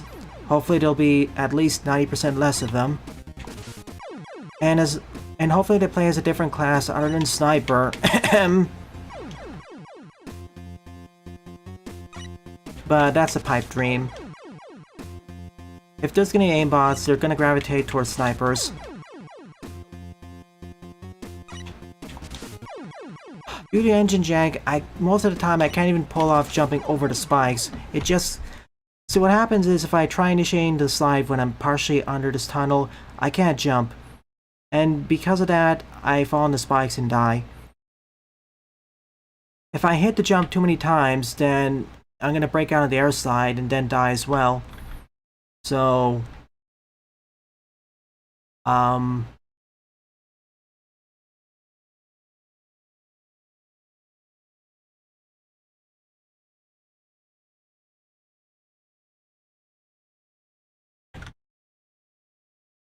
okay. I know cheating, but...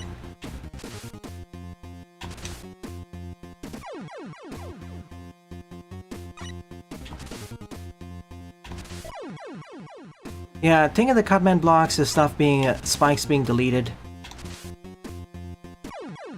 Yeah.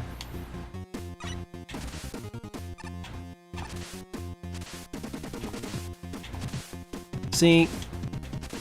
I have to initiate it when I'm outside there. I know it's possible to reach the plant-man platform, but precision, not my forte.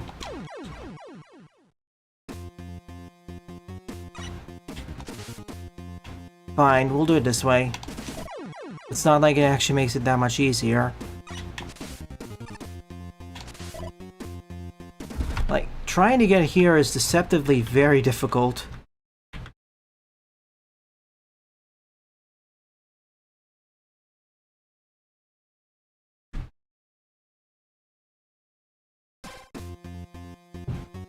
Even when doing it with one slide jump, it's very tricky.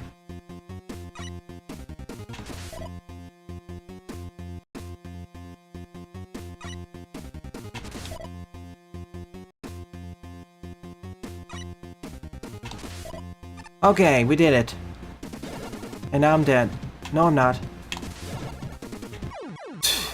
And then, of course, this decides to show up. Man, if only I could latch onto the side of the plant-man platforms.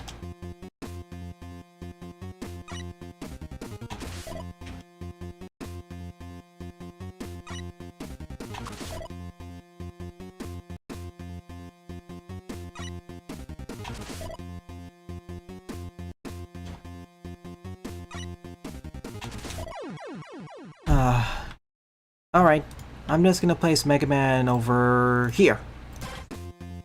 This screen is the most brutal of any screen I've seen in this stage. Namely for that.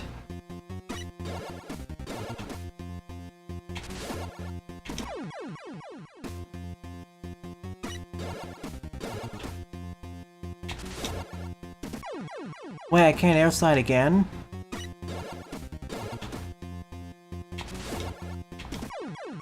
Why not? We have about 45 minutes left in the stream.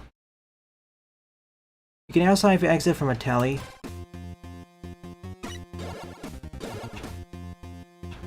Is it because I have to do it from ground level? Like, what happens if I do it from here?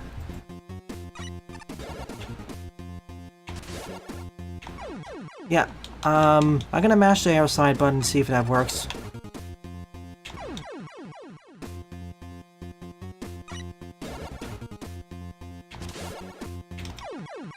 I was mashing the fire button. Uh-oh. I don't think I can beat the stage anymore. Okay, yeah, I think this is now unwinnable. So yeah, level editor time.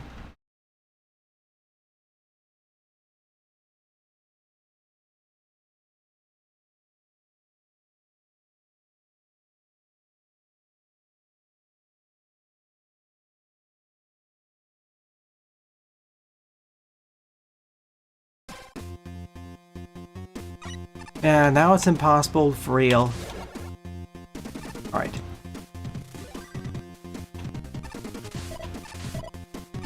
Oh my... One of the many situations where I wish I had Celeste's binoculars. Whoop. I was taken down by this top and the dying into debt.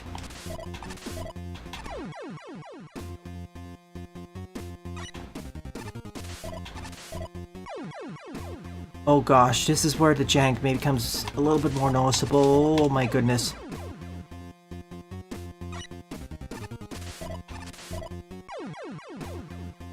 So I'm getting some weird behaviors depending on when I initiate the slide with the design, when it pushes me forwards, or through me.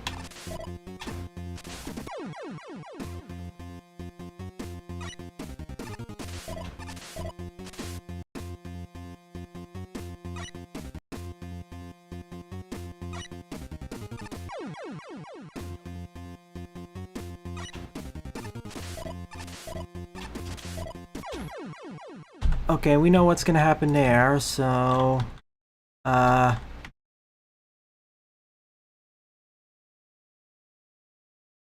You know, to replicate the behavior, let me just put a jar block.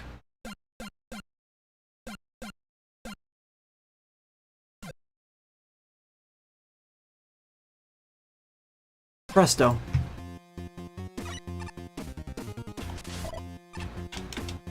Oh. Okay, last section, I think. Oh, this is what you're talking about. Not that.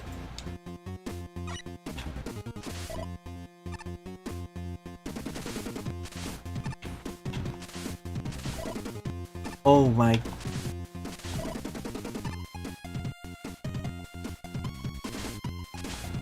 File this under why. Well, I know why, but...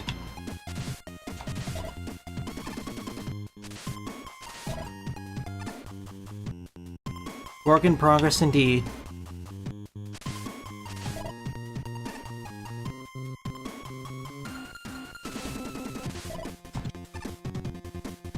It is possible, but oh goodness. Again, very pixel perfect.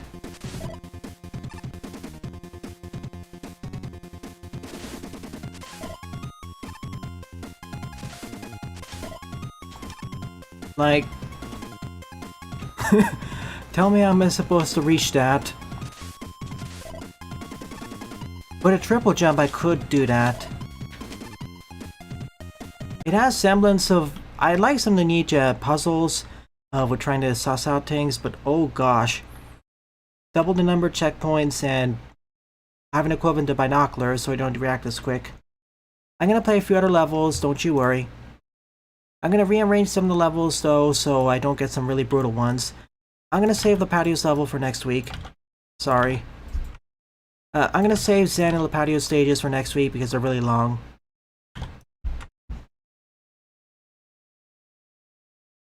Don't worry, the patio already has some very creative setups that even though they're brutal, they're not as brutal as this. If anything, the most interesting part is how you can air slide off of basically an invisible wall and it keeps going.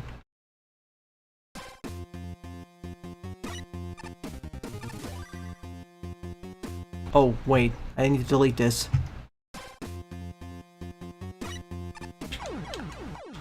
And I have to do the same thing up here.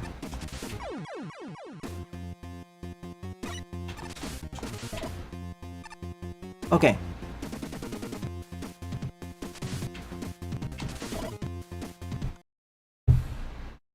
There is safety here.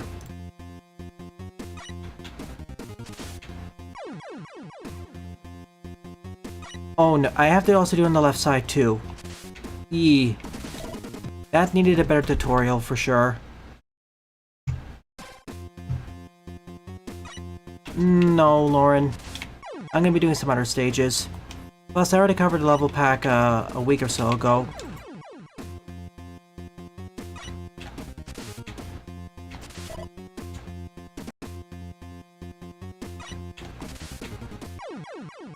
At least these are squarer spikes.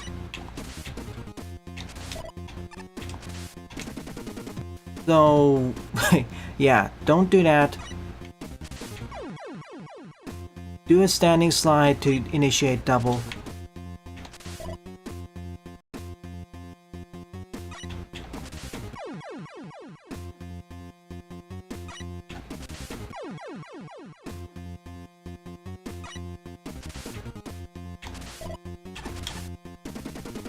And that happens.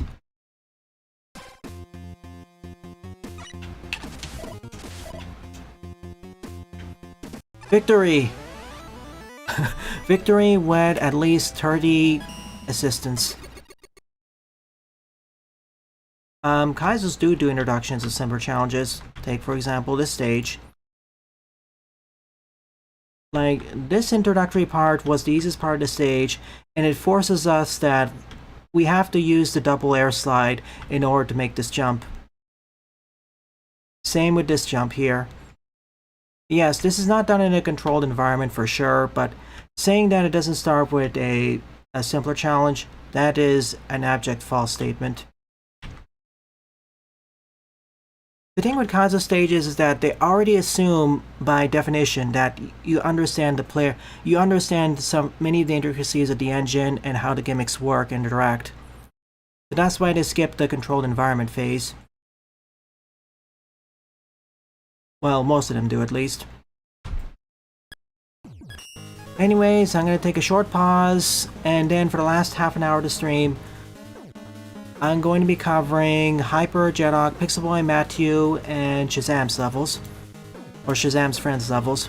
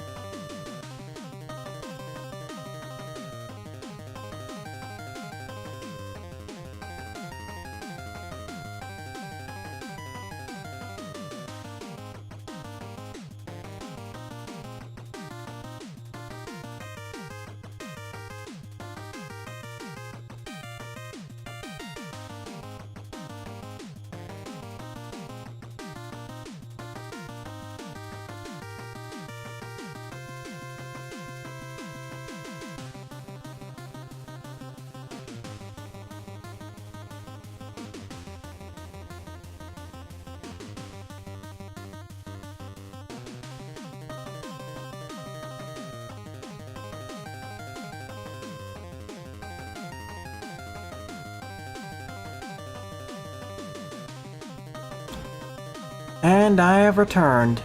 I have a list of the games or demos I covered on stream, so let me post it. As well as the demos I covered off stream.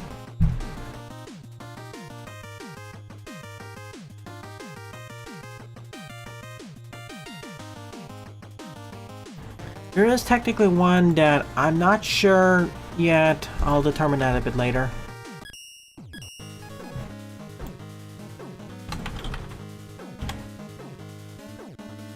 Alright, we have about half an hour left.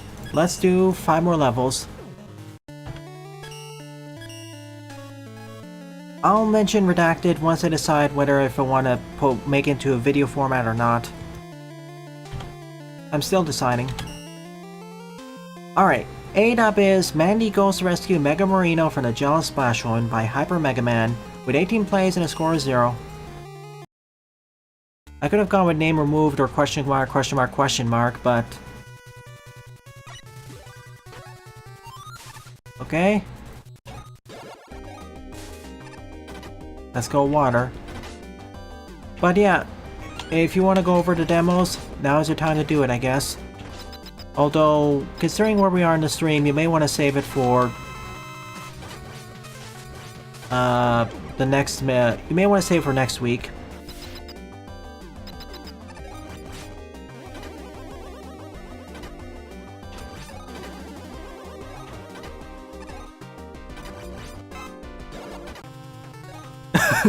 Face.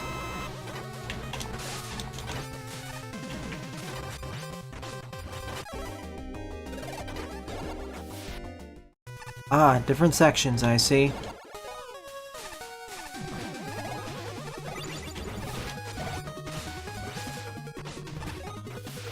In order to rescue Marino, we gotta go through this series of levels.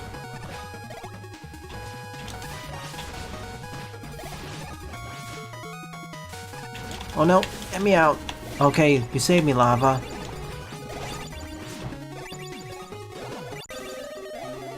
Code Van.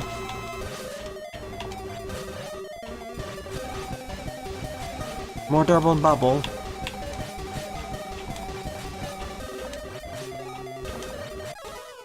DKC, well, to be fair with the harder levels, that's more because they were World 6 and the bonus world levels, so I'm not sure if it's actually going to be exactly harder. We'll have to see. Oh, that's how you gain these powers.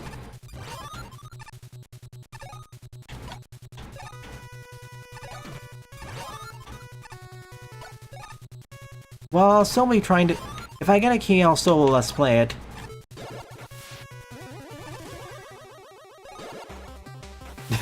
Because of the many Let's Tries I covered, of the several Let's Tries I covered during this Steam X Fest, that's actually one of the more successful ones.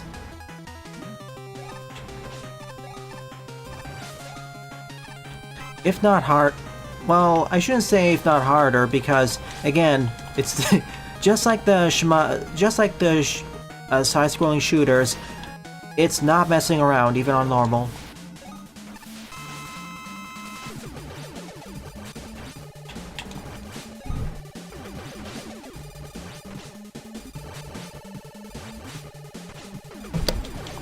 Excuse me. Alright, we got all the tools. Let's go. Kitsune Tales.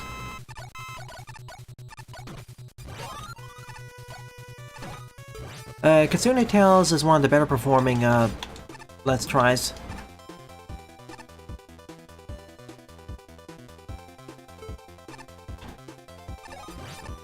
It helps that it has one of the larger fan bases. No, not the most popular demos from the Next Fest overall. I mean, on this channel, when I produced edited videos for the Steam Next Fest demos, playthroughs, Kitsune Tales became the most popular one. One of the most popular ones. Slipped right off.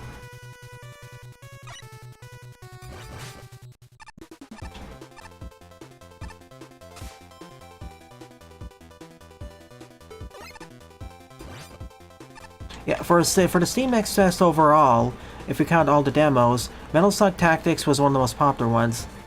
But when I'm talking about videos, edited videos of the Next Fest playthroughs I did on the channel, Kitsune Tales ended up being one of the more popular ones. This is relative to my channel.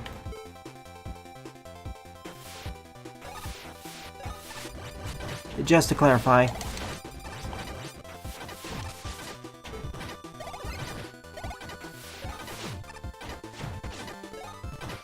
Why would I need to use weaknesses? This is roll. Her broom is already strong enough.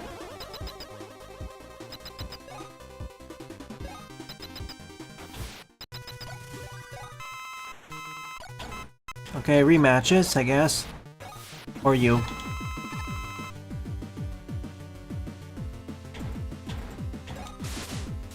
Oh, okay. No broom for me then.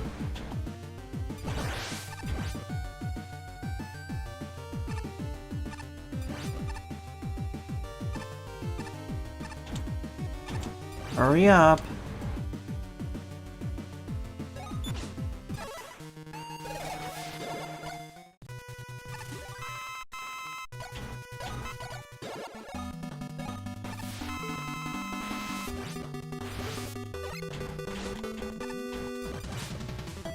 I thought so.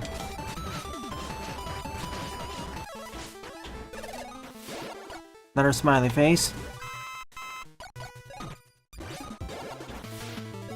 Smiley face returns. The real villain is Splash Woman.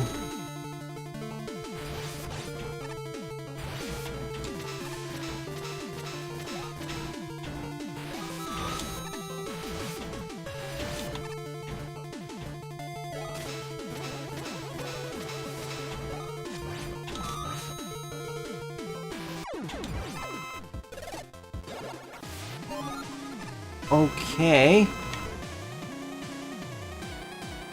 Gotta squish her then.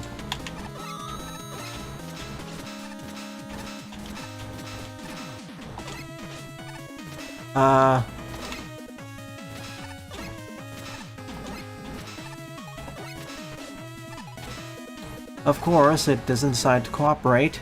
Thanks.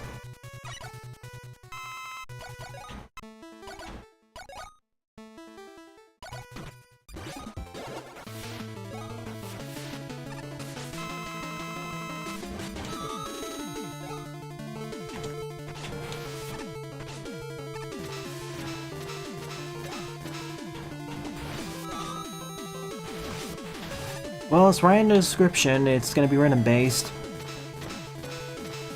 The game doesn't try to hide that at all.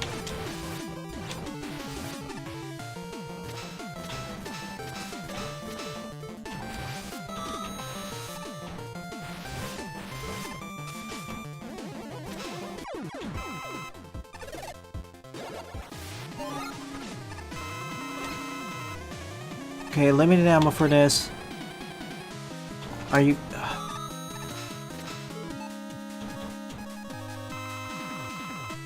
I wish I had something other than a super arrow for this.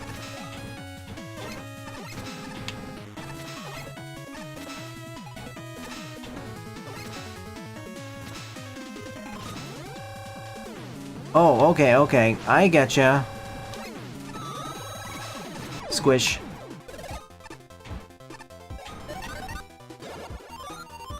Alright, we rescued them.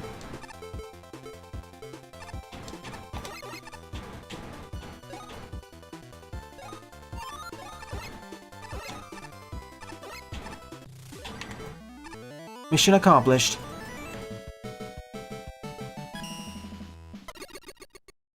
Slash Quest is interesting because it's deliberately designed around awkward controls.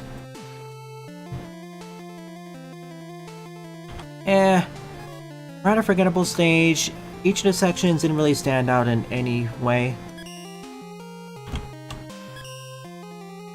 Ninth up is Heavy Crasher Titan Stations by Janox74, 66 plays and a score of 14.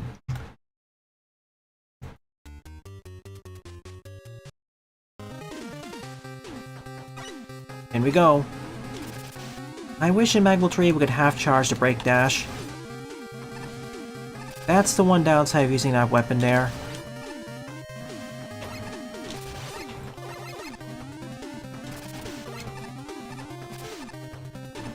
I see.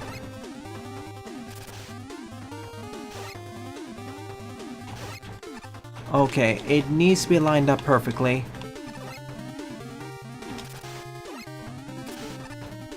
Or... hello?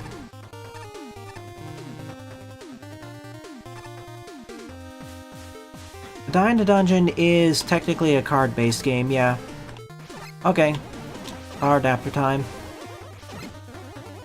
I knew about the power adapter. I thought I could just shove it forwards using the brake dash full charge. I was mistaken. I wanted to try out something.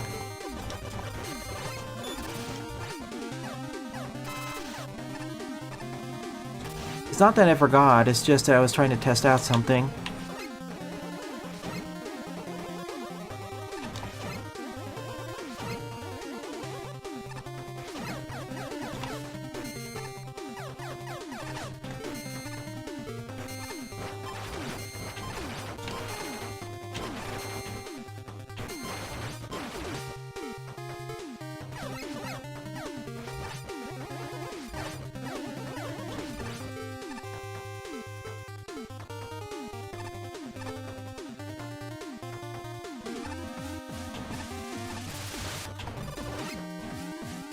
Onwards into the lava, and I accidentally charged it. Oops.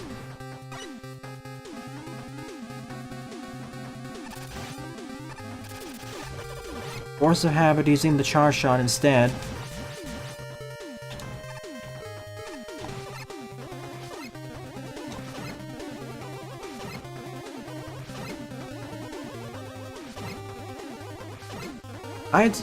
Well, you can go for the full descriptions because, again, that last demo is still in the... I don't know whether I'll actually be posting a video for it. So you can go ahead for the full descriptions if you want.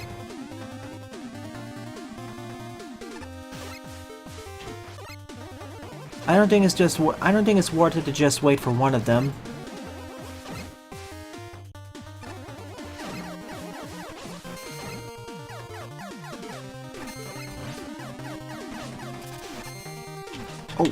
Oh, you shoved me. Yeah, that was annoying. I thought I could just go there and then of course it ended.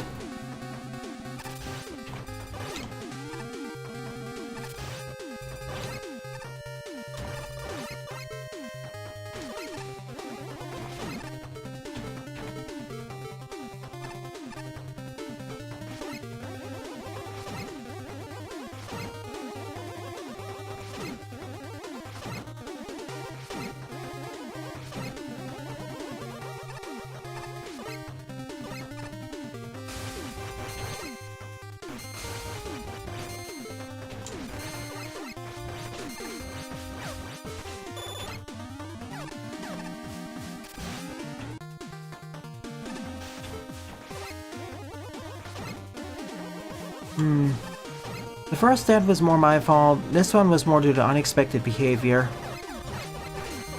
So I'm just gonna defeat the Sniper Joe first.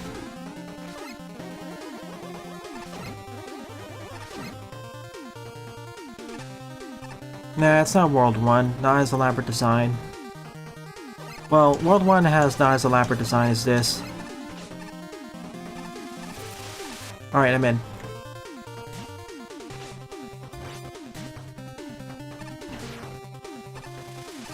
Temporary roadblock.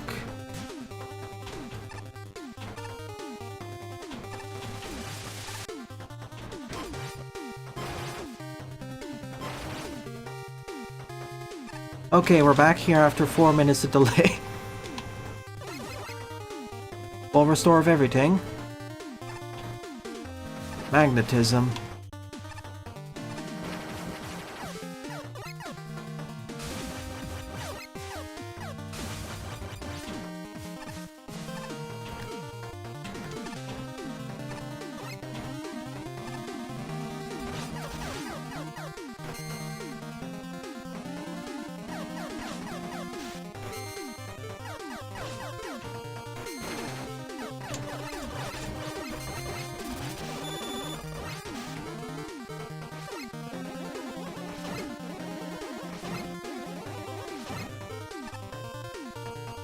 I see, it was designed for a contest. Still, it could have been better, I'd say. You can use only up to 3 types of enemies plus a single Bunby catcher. Okay, that's fairly restricted. 5 gimmicks, no more than 5 weapon slots, no more than 30 screens. That's similar to the restrictions of 48 hour. Make a good 48 hour. Your level could have been more focused and had a tighter... Ah, I slid into that. Wait. Okay, good.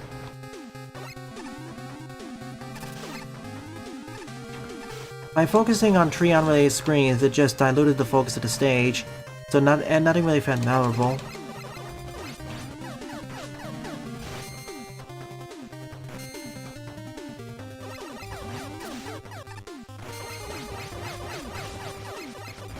If there's one Magma game I highly advise you play, it's Episode 0. Every stage in that game is at the very least okay or decent. Thanks to actually having curation, it's actually good. It's by far one of my favorite Mega Man Classic games out there. Classic fan games.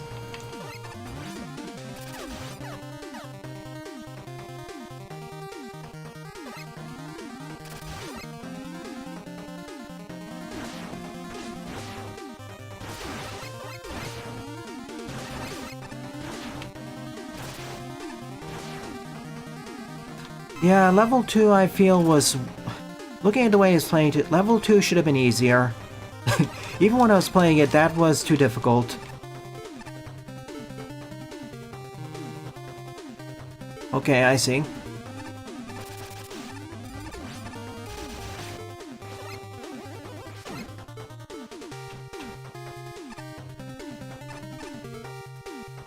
I see what you're going for here.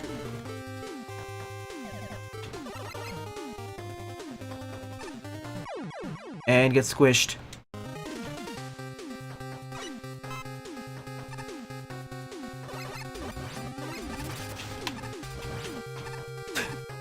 Okay, you can skip the introduction here.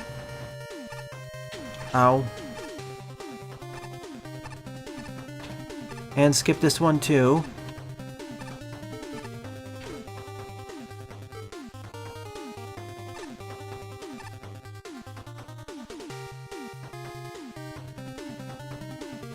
No, it wouldn't be high enough.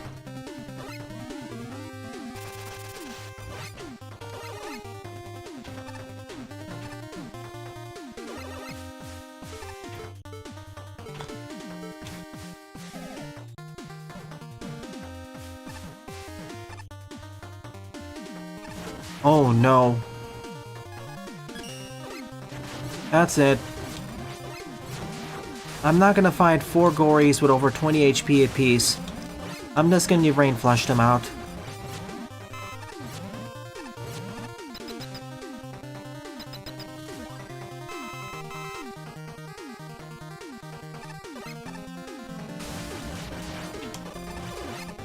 Yeah, I can see why I get a negative score, but that's not really that...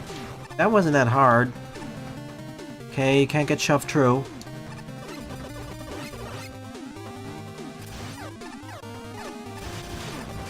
Oh no.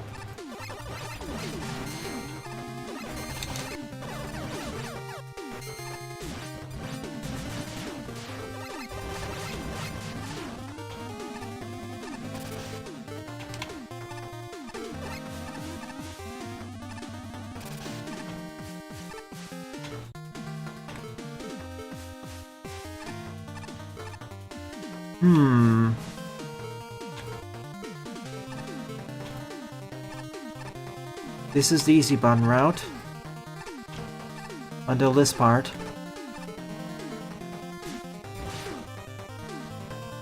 Pull.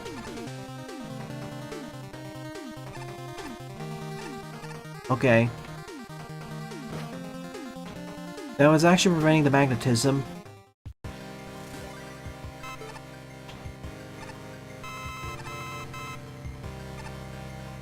Yeah, that was overkill. We only really needed 2 Gories for that screen.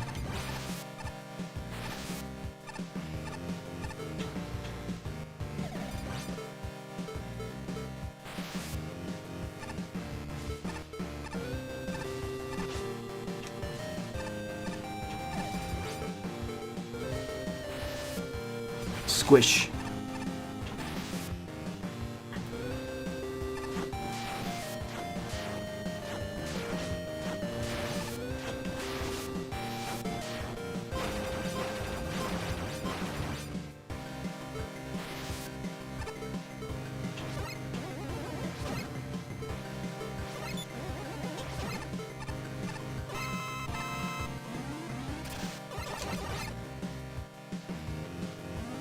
Even as a mid-boss, that's too durable.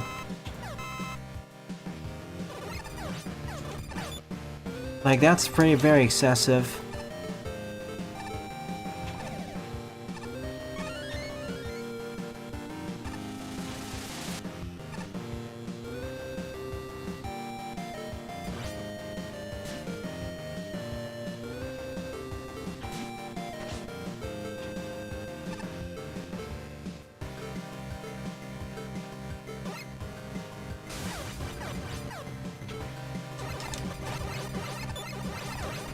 At least I take double damage from this thing.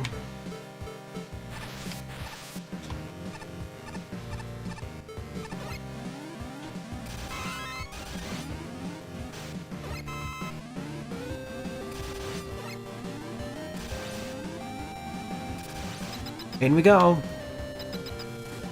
Sheesh, the hardest part of the stage was the first section, due to me screwing up and me having an unexpected moment.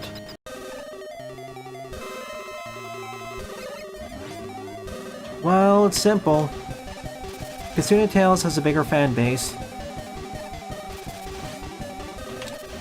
And a bigger community supporting it.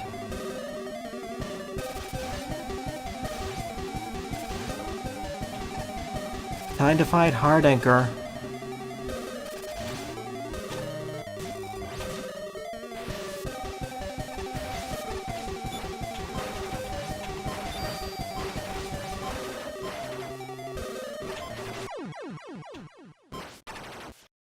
Well, in Magmal Tree Anchor is a lot easier. He doesn't have as many armored frames. Here, though. Okay, let me check that exactly. Performance...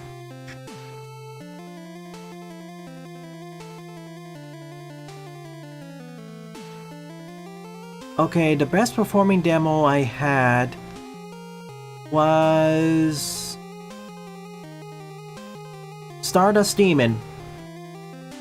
The hilarious thing is, the worst performing demo of all the demos I made videos of, edited playthroughs, the one that performed the worst overall is Bow, actually.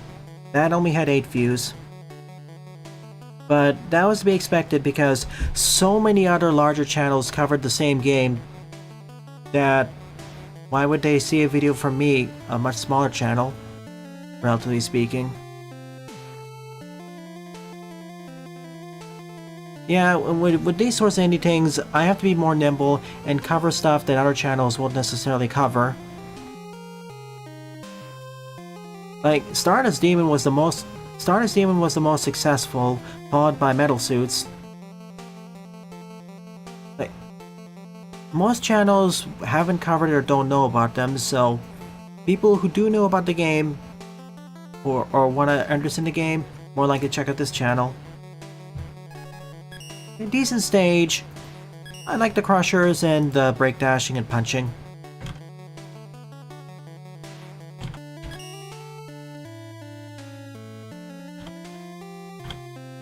Tenth up is Windman Arranged Stage by Galaxy Man, 60 plays, score 27.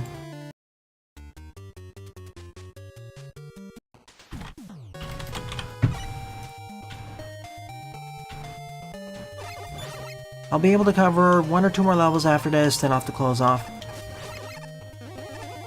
Yeah.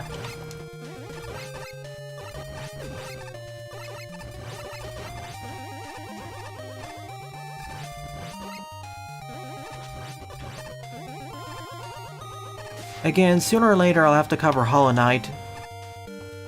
If many of these modern indie Metroidvanias are pulling from that as a major inspiration, I ought to at least cover it to get my baselines done, to cover my bases. Same with Super Metroid for the other major inspiration. and Symphony of the Night. I'm afraid not, Lepadio. I'll do it next week. Yeah, in terms of Metroidvanias, to cover my bases, I should cover Super Metroid, Symphony of the Night, as well as Hollow Knight on the channel.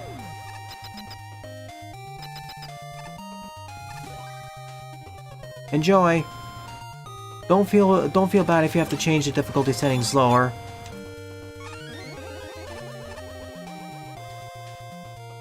Don't worry, Sylv. I already played Eterna Noctis.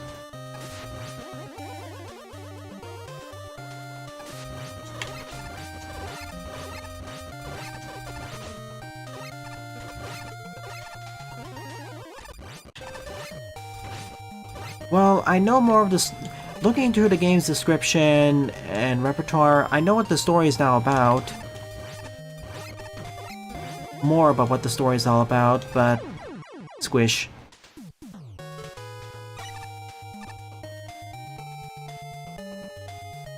It's basically the game actually explains what the story is. It's just that due to some technical issues, I didn't show it off during the stream. Essentially, it takes place in a world that's shaped by humanity's collective hopes, dreams, desires, and fears. And every so often, the people get sent there to overcome some sort of challenge.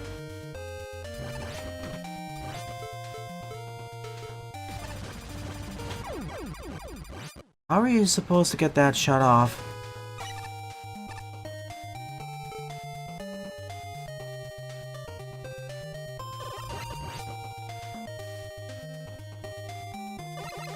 If we're talking about terms of out there-ness, Stardust Demon would be the closest thing. So, like Eterna, I haven't checked this free DLC because, oh my goodness, everyone has talked about how extremely brutal it is. How do I do this? Like, it keeps respawning immediately. You know what, damn it, M-Tank's not worth it. Let's keep going.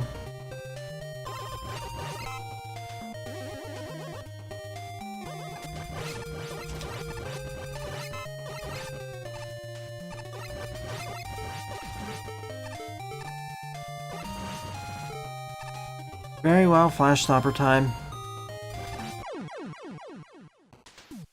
It's weird because the bottom one gave more time before you could move forwards. See, the bottom one respawns slower than the top one, so... Okay.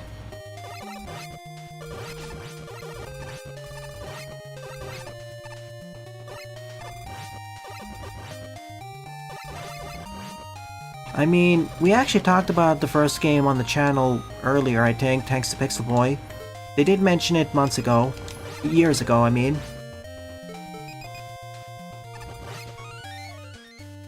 I mean, from what I understand, Eterna Noctis in general is one of the hardest indie Metroidvanias currently out there. Specifically ones that take heavy inspiration from Hollow Knight and are quote-unquote Souls-like inspired.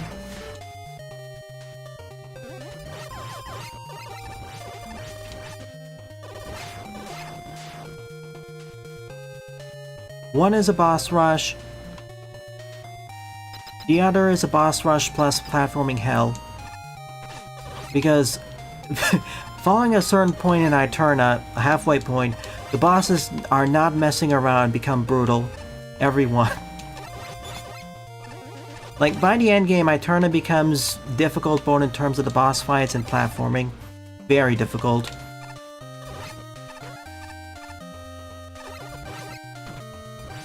I still find it funny in the penultimate area, it feels like they lost the budget, and in the final area they regained it. Like, the Cloudscape needed to be half as long.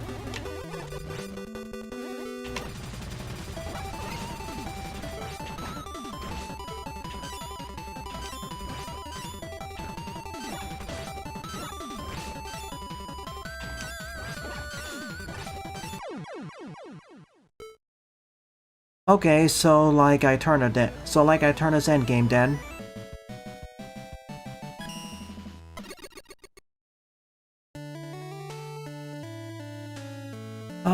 Yeah, it's a bit of a different take on Windman. It's okay. If that's the case, I can do it. 11th up. Okay.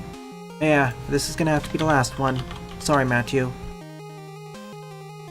So the 11th and final level of this stream is Choco Mountain by Anchovy with 110 plays and a score of 33.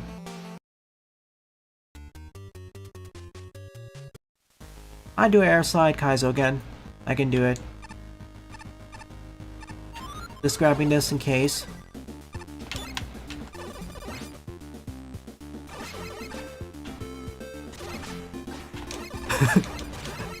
And keep in mind, the end game of Aeterna Noctis is already super difficult anyways, when you're playing on the default Noctis difficulty. And I didn't even count some of the optional platforming sections in the base game which I didn't access.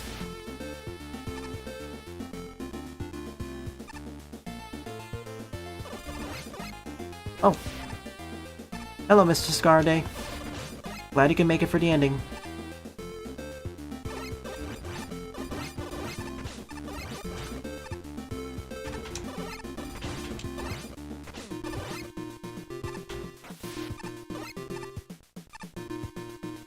You don't need to redact the trials. But, to be honest, the last trial was kind of brutal. Yeah, the last optional trial was rather brutal.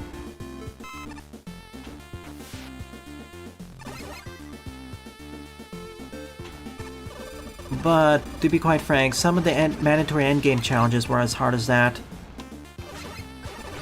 So, yeah.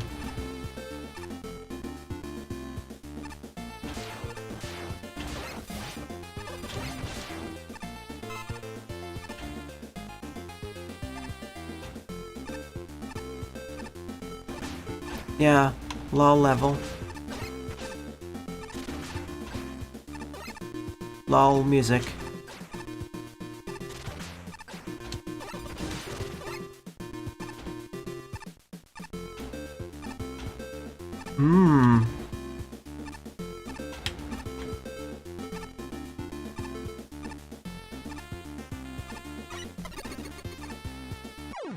Too low. Prince of Persia, yeah. La Mulana, I don't really see the resemblance, I'm afraid.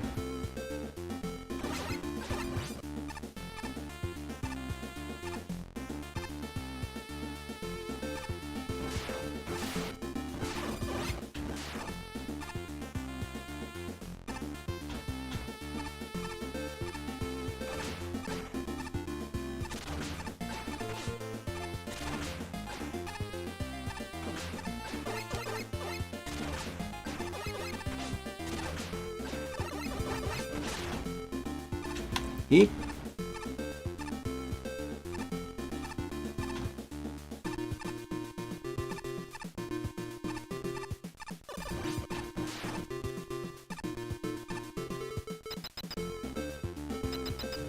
Not to me, because to me, for something to give the Kirby vibes, you have to be able to absorb the powers of the enemies, or at least copy them.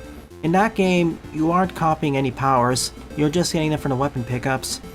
If anything, the closest resemblance of Metal Suits would be Metal Slug, in terms of how you get the power-ups. I think that's a better comparison.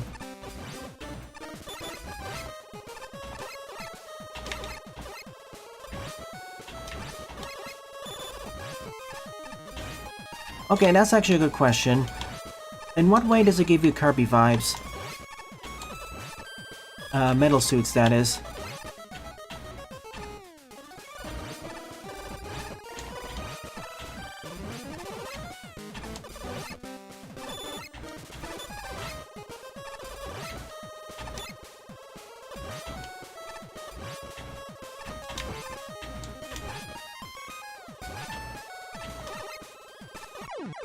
Merely Stone Man.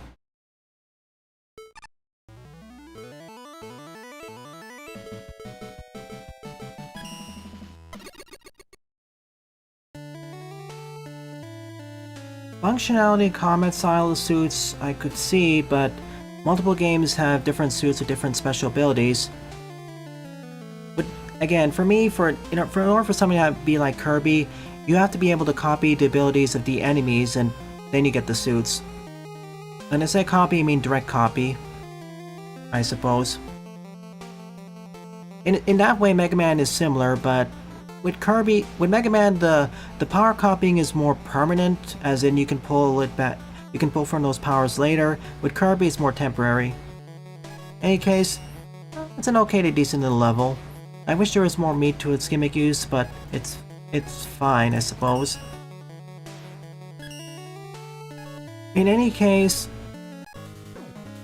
of the 11 levels I covered on this return trip to Mega Man Maker, my favorite one would definitely be Switchboard Shuttle by Michael Wave, with an honorable mention going to A Play for Power by Wardonis. Good job, you two, and thank you to everyone else who submitted your levels to me. It's really appreciated. For everyone else's levels I wasn't able to cover today, I'll do it next week.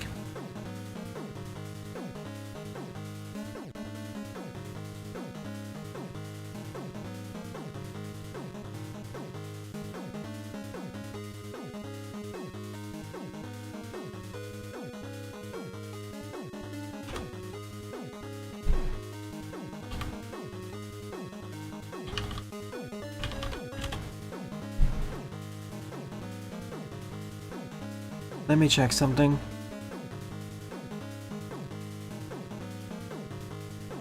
Nope, that's not there. Okay.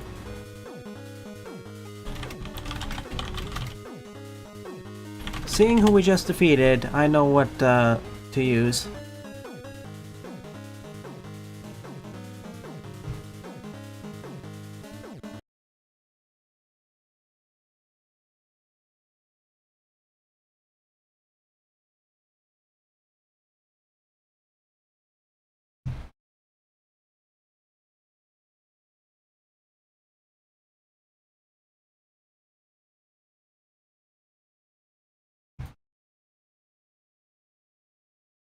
Alrighty then.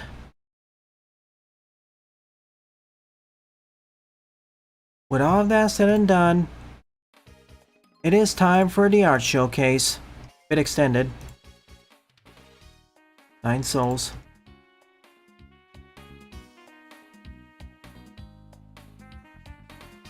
Norm, paper walk. Poster, updating the poster to Anton Blast.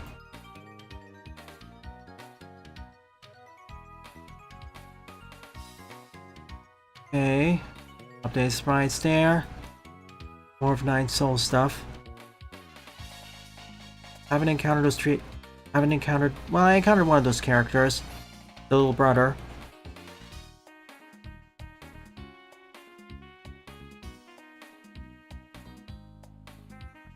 Short, Angie, Short and Angie. Whoa, that's okay. The Robotic Collection number 1, Gomi's numbers. Okay, I have to zoom this in.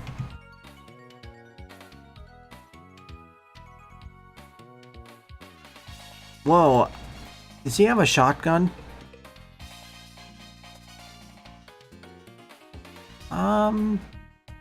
I feel like 2 or 3 of them may be a bit over-designed. Kind of hard to parse some of the details with 8-bit limitations. Like the one with the green and red strawberry something. Like, if this was following the 16-bit SNES limitations, I think their design would turn out better. I like the Kitsune, the dragon, I think. Whoa. I think she'd also be better in the SNES style because, wow, that sprite resolution, or that sprite size.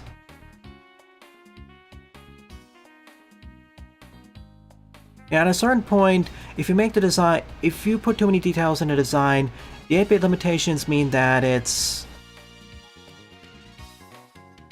more difficult to parse what's happening. but parse details.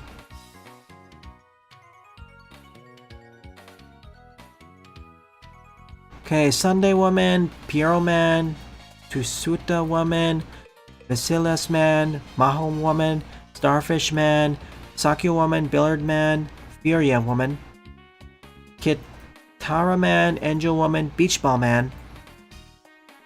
From the reboot. Monster Hunter designs.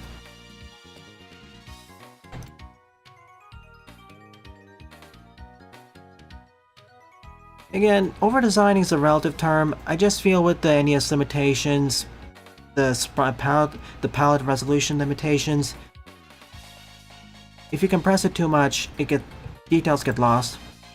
Pobogama, Huvigama, Aikitgama, Toagama.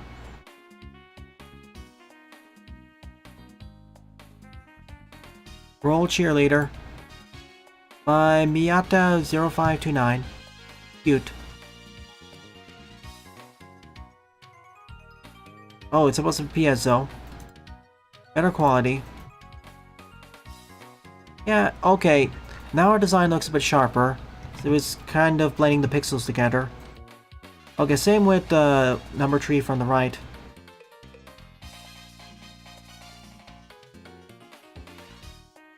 Still would simplify the design a bit. Roll Casket. That's an interesting camera angle.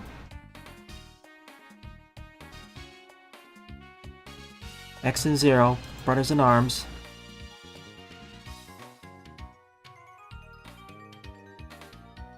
Copy roll. Evil roll. Summer roll. Reboot with a shirt. Say hello to Service Woman. Fastest waitress robot in 20XX. Deliver your food as fast as light itself. With a joyful, caring, and energetic attitude. Order now. So we have R63 Rockin' Blues and her.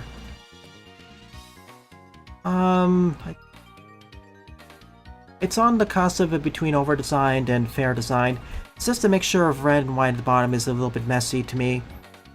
But I get what this is supposed to be. Mr. Puzzles from Glitchy 4. I'm gonna heart these. These are really nicely done. I highly advise you try doing this in the SNES format. Does sprite work?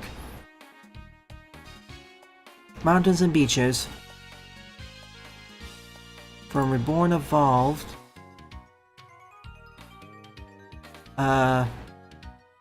Sure.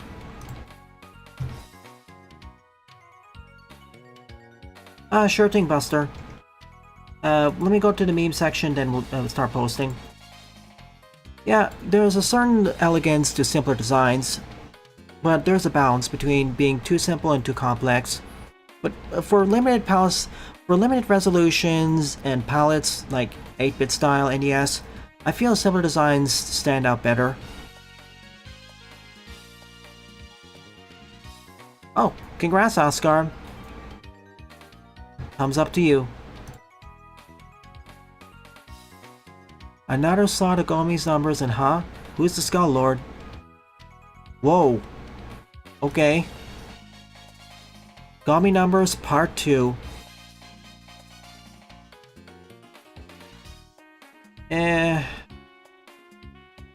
You know what? I'm gonna scuttle the meme section and move it over to next week. I want to spend more... What I want to do is spend more time actually going over the art instead. But don't you worry. Just like how we had extended reacts this week, or we're gonna have it tonight, I'm gonna have extended memes next week.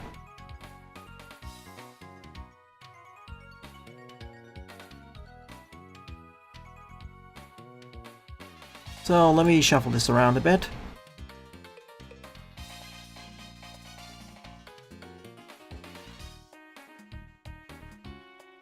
And switch to redirects.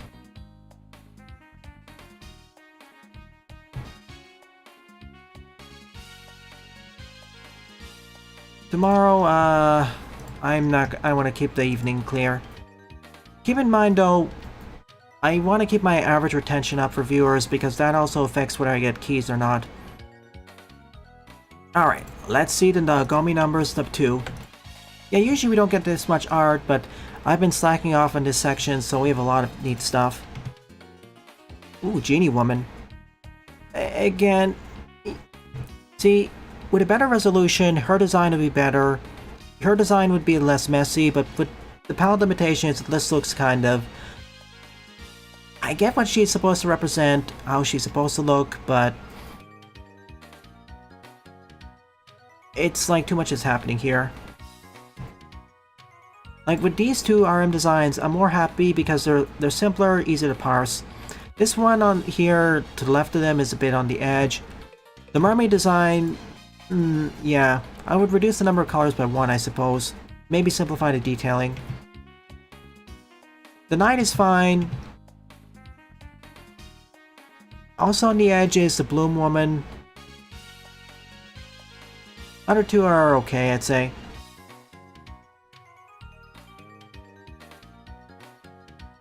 I'm not saying the designs themselves are bad, it's just they don't... half of them don't quite work as well with the limitations of NES Mega Man. This is why I'm trying to push you to try going for 16-bit. Sierri, Flo, Shock, Shimu, Paru, Caminos, Antiso, and Vorbis. There it is. And Lord Etel, the reincarnated skull machine in a person. Okay. Interesting.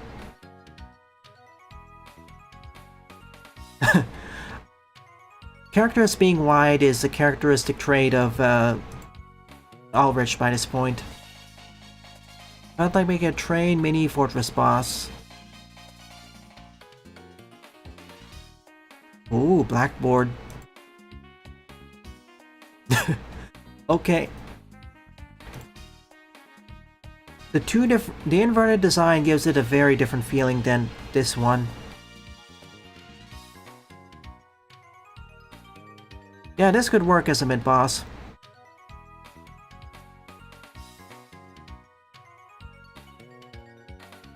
Chomp Chomp Express or Dragon... I go Chomp Chomp Express. It fits with the more sillier style of Mega Man. It's classic. Happy 33rd anniversary to Sonic the Hedgehog. Regional Voltorb and Electrode. Hang on a sec. Voltorb. It tries to chase after any ghost type to feast on its spectral energy, going as far as to bait or jump into any ghost type move. Electrode. After using explosion too much, its body began to crack open, away for an unknown ghost type. With this new form, it has enough energy to create a lightning storm, ghost lightning, or spectral. Also gets every ball / spear / energy move now, and its electric ghost would levitate. Okay, anti-ground. Its abilities are levitate, protean, innards out. Gotcha. Real. The Mario RPG Trinity. Geno, Starlo.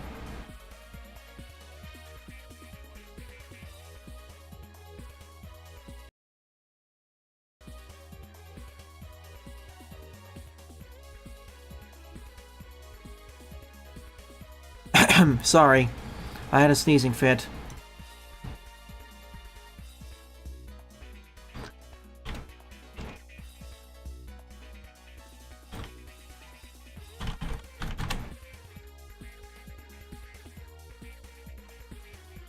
As I was saying, Geno, Starlo, and Vivian, the trio of memorable characters. Although I like Geno and Vivian a lot more. It's Pokemon Fusion time, but this time with a Pokemon trainer. Dawn plus Alcremie. Dawn Creamy. Aldon. Yeah, it's like those. It's like at this point, it's like that. It's like that Pokemon manga which has that fusion mechanic. Draw whatever on canvas.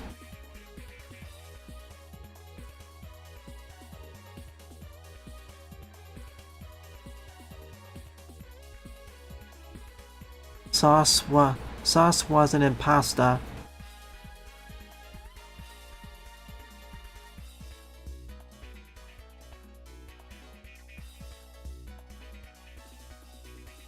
Okay, spoiler. Okay.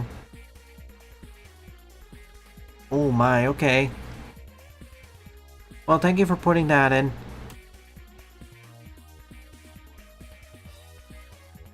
From Dink Tank again. See, what are you? Crash Hopper 1. Monstrous Grasshopper. Verge Astrodactyl.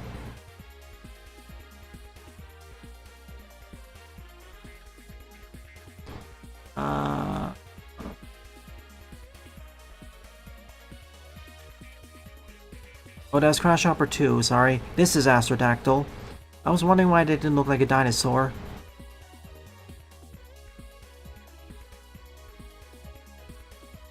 Bee-Weevil. Or Ball-Weevil.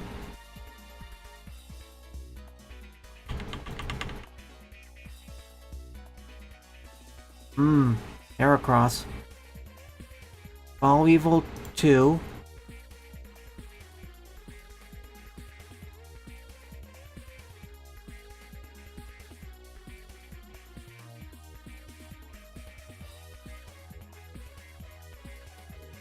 Come on, just give me the Ball-Weevil. The evolved form.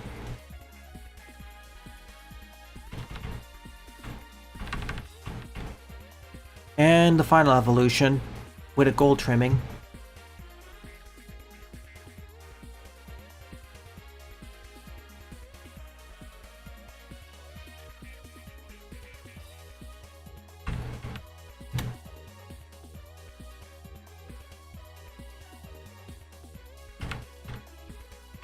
Blocks. Mega Blocks. Mega Bloxor. Half of these could easily fit into, at least half of these could easily fit into Pokemon. Or Pal World. Or many of the other monster collectors. Gravitack.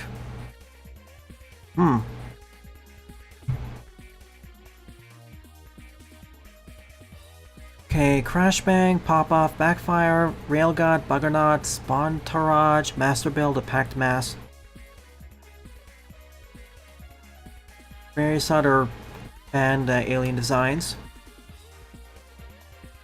Happy 2nd anniversary to Cuphead's DLC, The Delicious Last Course. Eventually I am gonna play Cuphead.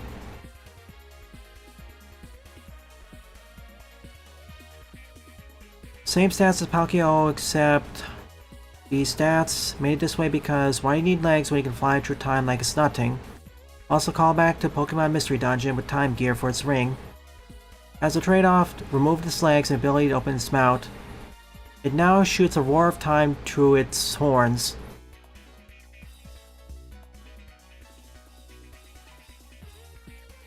Let's see. Mega Man Tree Armors. Power Simplified. Cross Armor.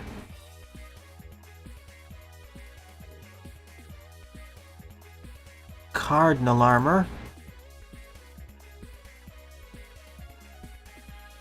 That looks like a Snake Buster. Neat. Ready! Random mock-up of the Wily Zord battle. I'm waiting for our fan game to have some sort of Wily Megazord. Still waiting for that. In any case, this marks the end of the art showcase and subsequently the stream. I would have had a short meme section, but seeing how long I spent, I'm gonna push that to next week. Instead, tonight in about 6 hours, I'm gonna have an extended React showcase where I spend about an hour reacting to some of the clips many of the clips posted in the React sub-channel. So thank you to everyone who either submitted their levels, submitted their art, or simply participated in chat. It's due to your continued support why I continue to produce new content for the channel. It is really appreciated. So, if you're enjoying this or any other piece of content on the channel, please rate, comment, favorite, and or subscribe, as they all help it out. Don't forget to follow me on X, Mastodon, co-host, and Blue Sky as well, and join the Discord server, as I regularly post updates there. Thank you very much for watching, and I hope to see you all in a future playthrough.